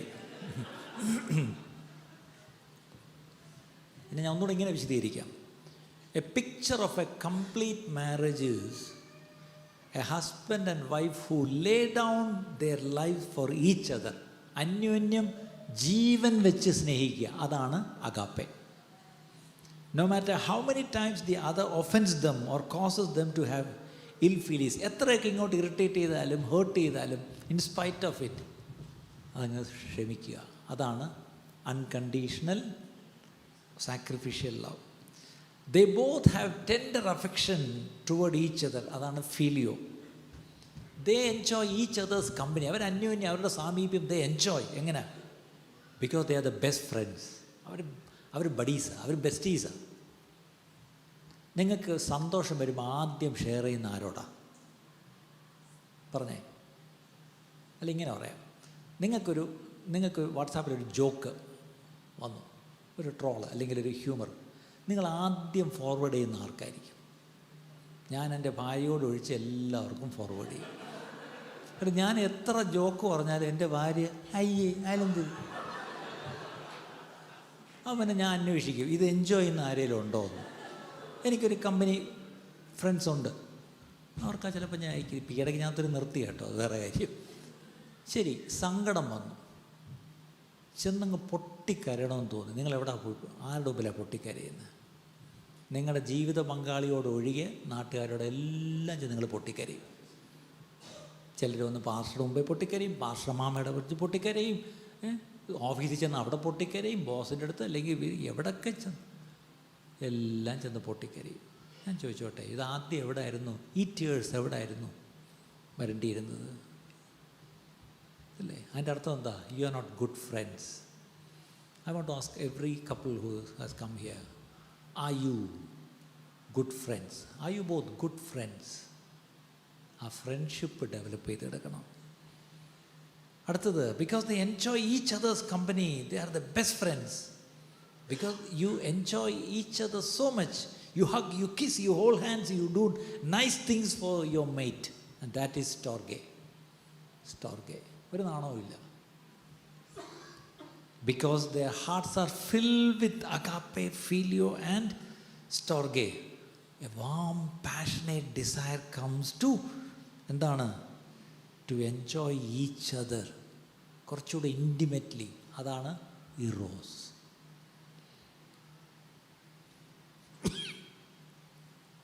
ഓൾ ദീസ് 4 loves, ഈ 4 സ്നേഹവും, ഇത് ബോളിവുഡ് കൊണ്ടുവന്നതോ ഹോളിവുഡ് കൊണ്ടുവന്നതല്ല, ഇത് ദൈവം ഡിസൈൻ ചെയ്ത 4 ലവാണ്. ഈ 4 ലവും ദൈവം ഡിസൈൻ ചെയ്തത് നിങ്ങളുടെ മാരേജിനാണ്. പക്ഷേ ഇൻ വെസ്റ്റേൺ കൾച്ചറിൽ റൊമാൻറ്റിക് ലവ് ഇതിനെല്ലാത്തിനേക്കാളും അങ്ങ് ഹൈലൈറ്റ് ചെയ്തങ്ങ് മേളിൽ കൊണ്ടുപോയി. അത് പിശാചിൻ്റെ വലിയ ഒരു തന്ത്രമായിരുന്നു. ഇന്ന് അവർ young people they run for this romantic love അല്ലേ? ഇന്ന് കണ്ട ഒരുത്തൻ്റെ കൂടെ നാളെ അങ്ങ് ഓടിപ്പോവും, 4 അന്ന് തിരിച്ചു വരും. ഇത് ലോകത്ത് നമ്മളെപ്പോഴും കാണുന്നതാണ്. എന്ത് കണ്ടിട്ടാണ് ഓടിയേ? റൊമാൻസ് കണ്ടിട്ടാണ് ഓടിയേ. പക്ഷേ നമുക്ക് റൊമാൻസ് കണ്ടിട്ടല്ല, റൊമാൻസും ഉണ്ട്, പക്ഷേ അത് നല്ല അടിസ്ഥാനത്തിൻ്റെ മുകളിലാണ്, നല്ല ചുവരുകൾക്കുള്ളിലാണ്. അതാണ് ആ പീക്ക് എക്സ്പീരിയൻസ് എന്ന് പറഞ്ഞാൽ, ആ കൂരയ്ക്ക് കീഴിൽ. അതിനകത്താണ് ദൈവം വെച്ചിരിക്കുന്ന 4ാമത്തെ സ്നേഹവും നമുക്കുള്ളത്. പുരുഷന്മാരെ, ലാസ്റ്റിലായിട്ട് ഒറ്റ വാക്ക്, 1 തിമോത്തിയോസ് 2:8. ഇല്ലേ, നിങ്ങൾ പറയത്തില്ല ഇയാൾ ഒറ്റ വാക്യവും വായിപ്പിച്ചില്ല എന്ന്. 1 തിമോത്തി 2:8.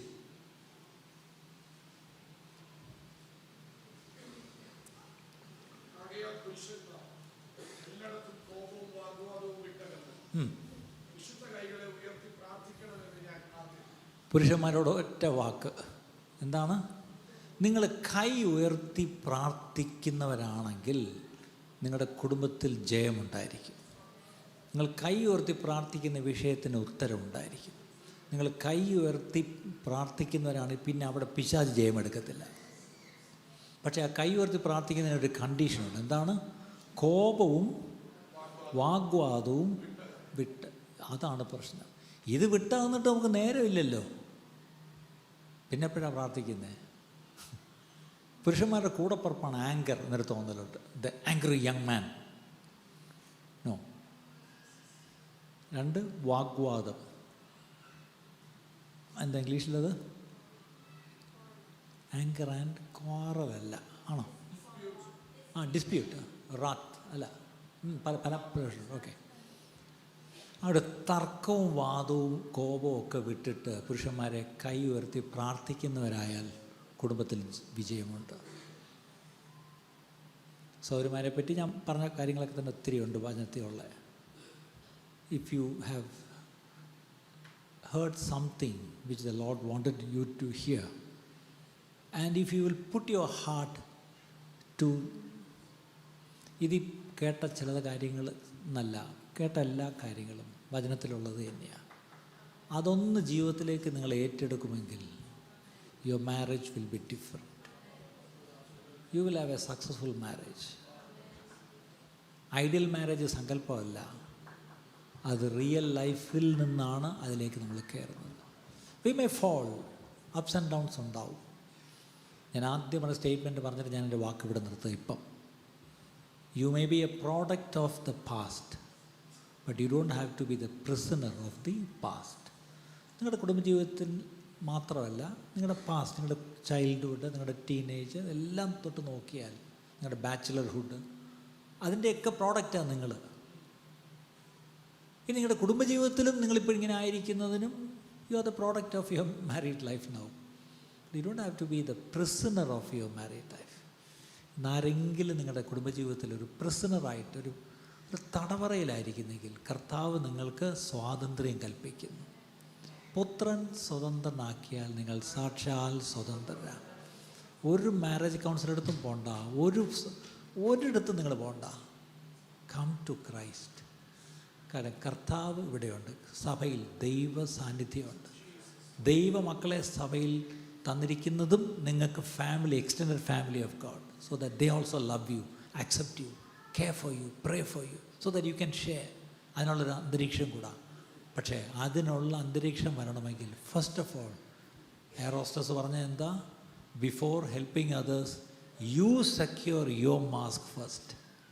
മറ്റുള്ളവരെ സഹായിക്കാൻ പോകുന്നതിന് മുമ്പ് നിങ്ങളുടെ ഓക്സിജൻ മാസ്ക് നേരെ വെച്ചിട്ട് വേണം അടുത്തയാളെ സഹായിക്കാൻ പോകാൻ.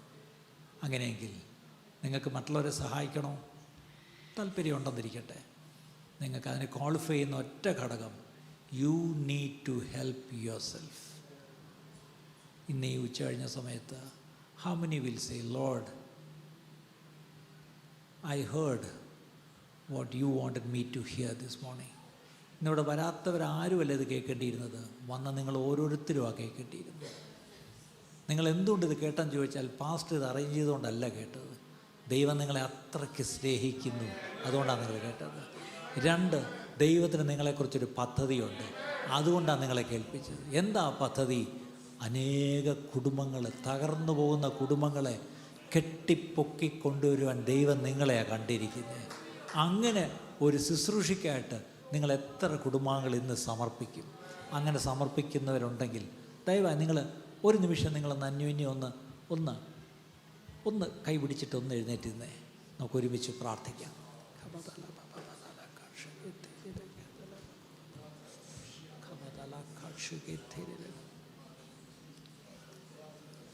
ഹല്ലേലൂയ, ഹല്ലേലൂയ, ഹല്ലേലൂയ, ഹല്ലേലൂയ, കർത്താവേ, ഞങ്ങളുടെ ജീവിതത്തിൽ, ഞങ്ങളുടെ കുടുംബജീവിതത്തിൽ വന്നുപോയ തെറ്റുകുറ്റങ്ങളൊക്കെ ഞങ്ങളോട് ക്ഷമിക്കണമേ എന്നൊരു വാക്ക് നിങ്ങൾ ദൈവത്തോട് പ്രാർത്ഥിച്ചാട്ട്. You can ask a prayer of forgiveness to God. Lord, forgive us. Many times, Lord, we have failed to be the kind of husband or wife that you wanted us to be. അങ്ങ് ആഗ്രഹിച്ചതുപോലെയുള്ളൊരു ഭാര്യയോ ഭർത്താവാകാൻ ഞങ്ങൾക്ക് പറ്റിയിട്ടില്ല. അതിലേക്ക് പുറകോട്ട് നോക്കി കുറ്റപ്പെടുത്തിക്കൊണ്ടല്ല ഇവിടെ നിന്ന് പോകേണ്ടത്. അത് കർത്താവ് ക്ഷമിച്ചു. നിങ്ങൾ പ്രാർത്ഥിച്ച് കർത്താവിനോട് ക്ഷമ ചെയ്ത് കർത്താവ് ക്ഷമിച്ചു എങ്കിൽ ഈ നിമിഷം മുതൽ ഒരു പുതിയ കുടുംബജീവിതത്തിലേക്ക് കർത്താവ് നിങ്ങളെ കൈപിടിച്ച് നടത്തട്ടെ. കർത്താവെ, എഴുന്നേറ്റ് സമർപ്പിച്ച് അങ്ങയുടെ സന്നിധിയിൽ നിൽക്കുന്ന ഈ ദമ്പതിമാരെ കർത്താവെ, അടിയനും കർത്താവെ, അവരെ പ്രാർത്ഥിച്ച് അനുഗ്രഹിക്കുന്നു. അവരുടെ ആവശ്യങ്ങൾ, അവസ്ഥകൾ, അവരുടെ വേദനകൾ, അവരുടെ നൊമ്പരങ്ങൾ, അവരുടെ ആകായ്മകൾ, അവരുടെ വല്ലായ്മകൾ എല്ലാം അങ്ങ് അറിയുന്നതിനായിട്ട് സ്തോത്രം. അവരെ നീ വിളിച്ചു വേർതിരിച്ചു. അവർ വിവാഹിതരായത് യാദൃച്ഛികമായിട്ടല്ല. ഒരുപക്ഷെ അങ്ങേ അറിയുന്നതിന് മുമ്പ് വിവാഹം കഴിച്ചവരുണ്ടായിരിക്കും ഈ കൂട്ടത്തിൽ. പക്ഷേ ഇന്ന് അവരിവിടെ ഒന്ന് വചനം കേട്ട സ്ഥിതിക്ക് അവരെ ഇതാ ഓരോ യൂണിറ്റായിട്ട്, അവർ രണ്ടുപേരും ഇനി രണ്ടല്ല, അവർ ഓരോരുത്തരും ഒന്നത്രേ. അങ്ങനെയെങ്കിൽ ഒരു കുടുംബം എന്ന് പറയുമ്പോൾ ഒന്നായിരിക്കുവാൻ, ആ ഐക്യത്തെ തകർക്കുവാൻ ഒരു പിശാചിനെയും അവിടെ നീ അനുവദിക്കുകയില്ലല്ലപ്പാ. ഈ കുടുംബങ്ങളെ തകർക്കുവാൻ പിശാച് എന്തെങ്കിലും പദ്ധതി ഇട്ടിട്ടുണ്ടെങ്കിൽ യേശു ക്രിസ്തുവിൻ്റെ നാമത്തിൽ ആ പദ്ധതികളെ ഞങ്ങൾ ശാസിച്ച് ഞങ്ങൾ നിർമൂലമാക്കുന്നു യേശുവിൻ്റെ നാമത്തിൽ. പകരം കുടുംബങ്ങളെ അനുഗ്രഹിച്ച് അനേകർക്ക് അനുഗ്രഹമാക്കി അവരെ തീർക്കണമേ. അവർക്ക് നീ കൊടുത്തിരിക്കുന്ന കുഞ്ഞുങ്ങൾക്കായിട്ട് സ്തോത്രം, അവർ കൊടുത്തിരിക്കുന്ന ജോലിക്കായിട്ട് സ്തോത്രം, അവർ കൊടുത്തിരിക്കുന്ന ശുശ്രൂഷകൾക്കായിട്ട് സ്തോത്രം, അവരുടെ മേലുള്ള ദൈവ വിളിക്കായിട്ട് സ്തോത്രം, അവർക്ക് നീ കൊടുത്തിരിക്കുന്ന വരങ്ങളും കൃപകൾക്കായിട്ടും സ്തോത്രം. എല്ലാറ്റിനായിട്ട് ഞങ്ങൾ നന്ദി പറയുന്നു കർത്താവേ. അനുഗ്രഹത്തോടെ അവരെ അയക്കണമേ അപ്പാ. ഇന്നു മുതൽ അവരുടെ ജീവിതത്തിൽ ഒരു വലിയ രൂപാന്തരം വരുവാൻ കർത്താവെ പരിശുദ്ധാത്മാവ് അവരെ സഹായിക്കണമേ. പ്രാർത്ഥനയാചനം കേട്ടിരിക്കാൻ സ്തോത്രം. യേശു ക്രിസ്തുവിൻ്റെ നാമത്തിൽ തന്നെ പിതാവേ, അമേൻ, അമേൻ, അമേൻ. ഈ പറഞ്ഞ സ്റ്റോർഗെ ഫീലിയോ ഒക്കെ ഒന്ന്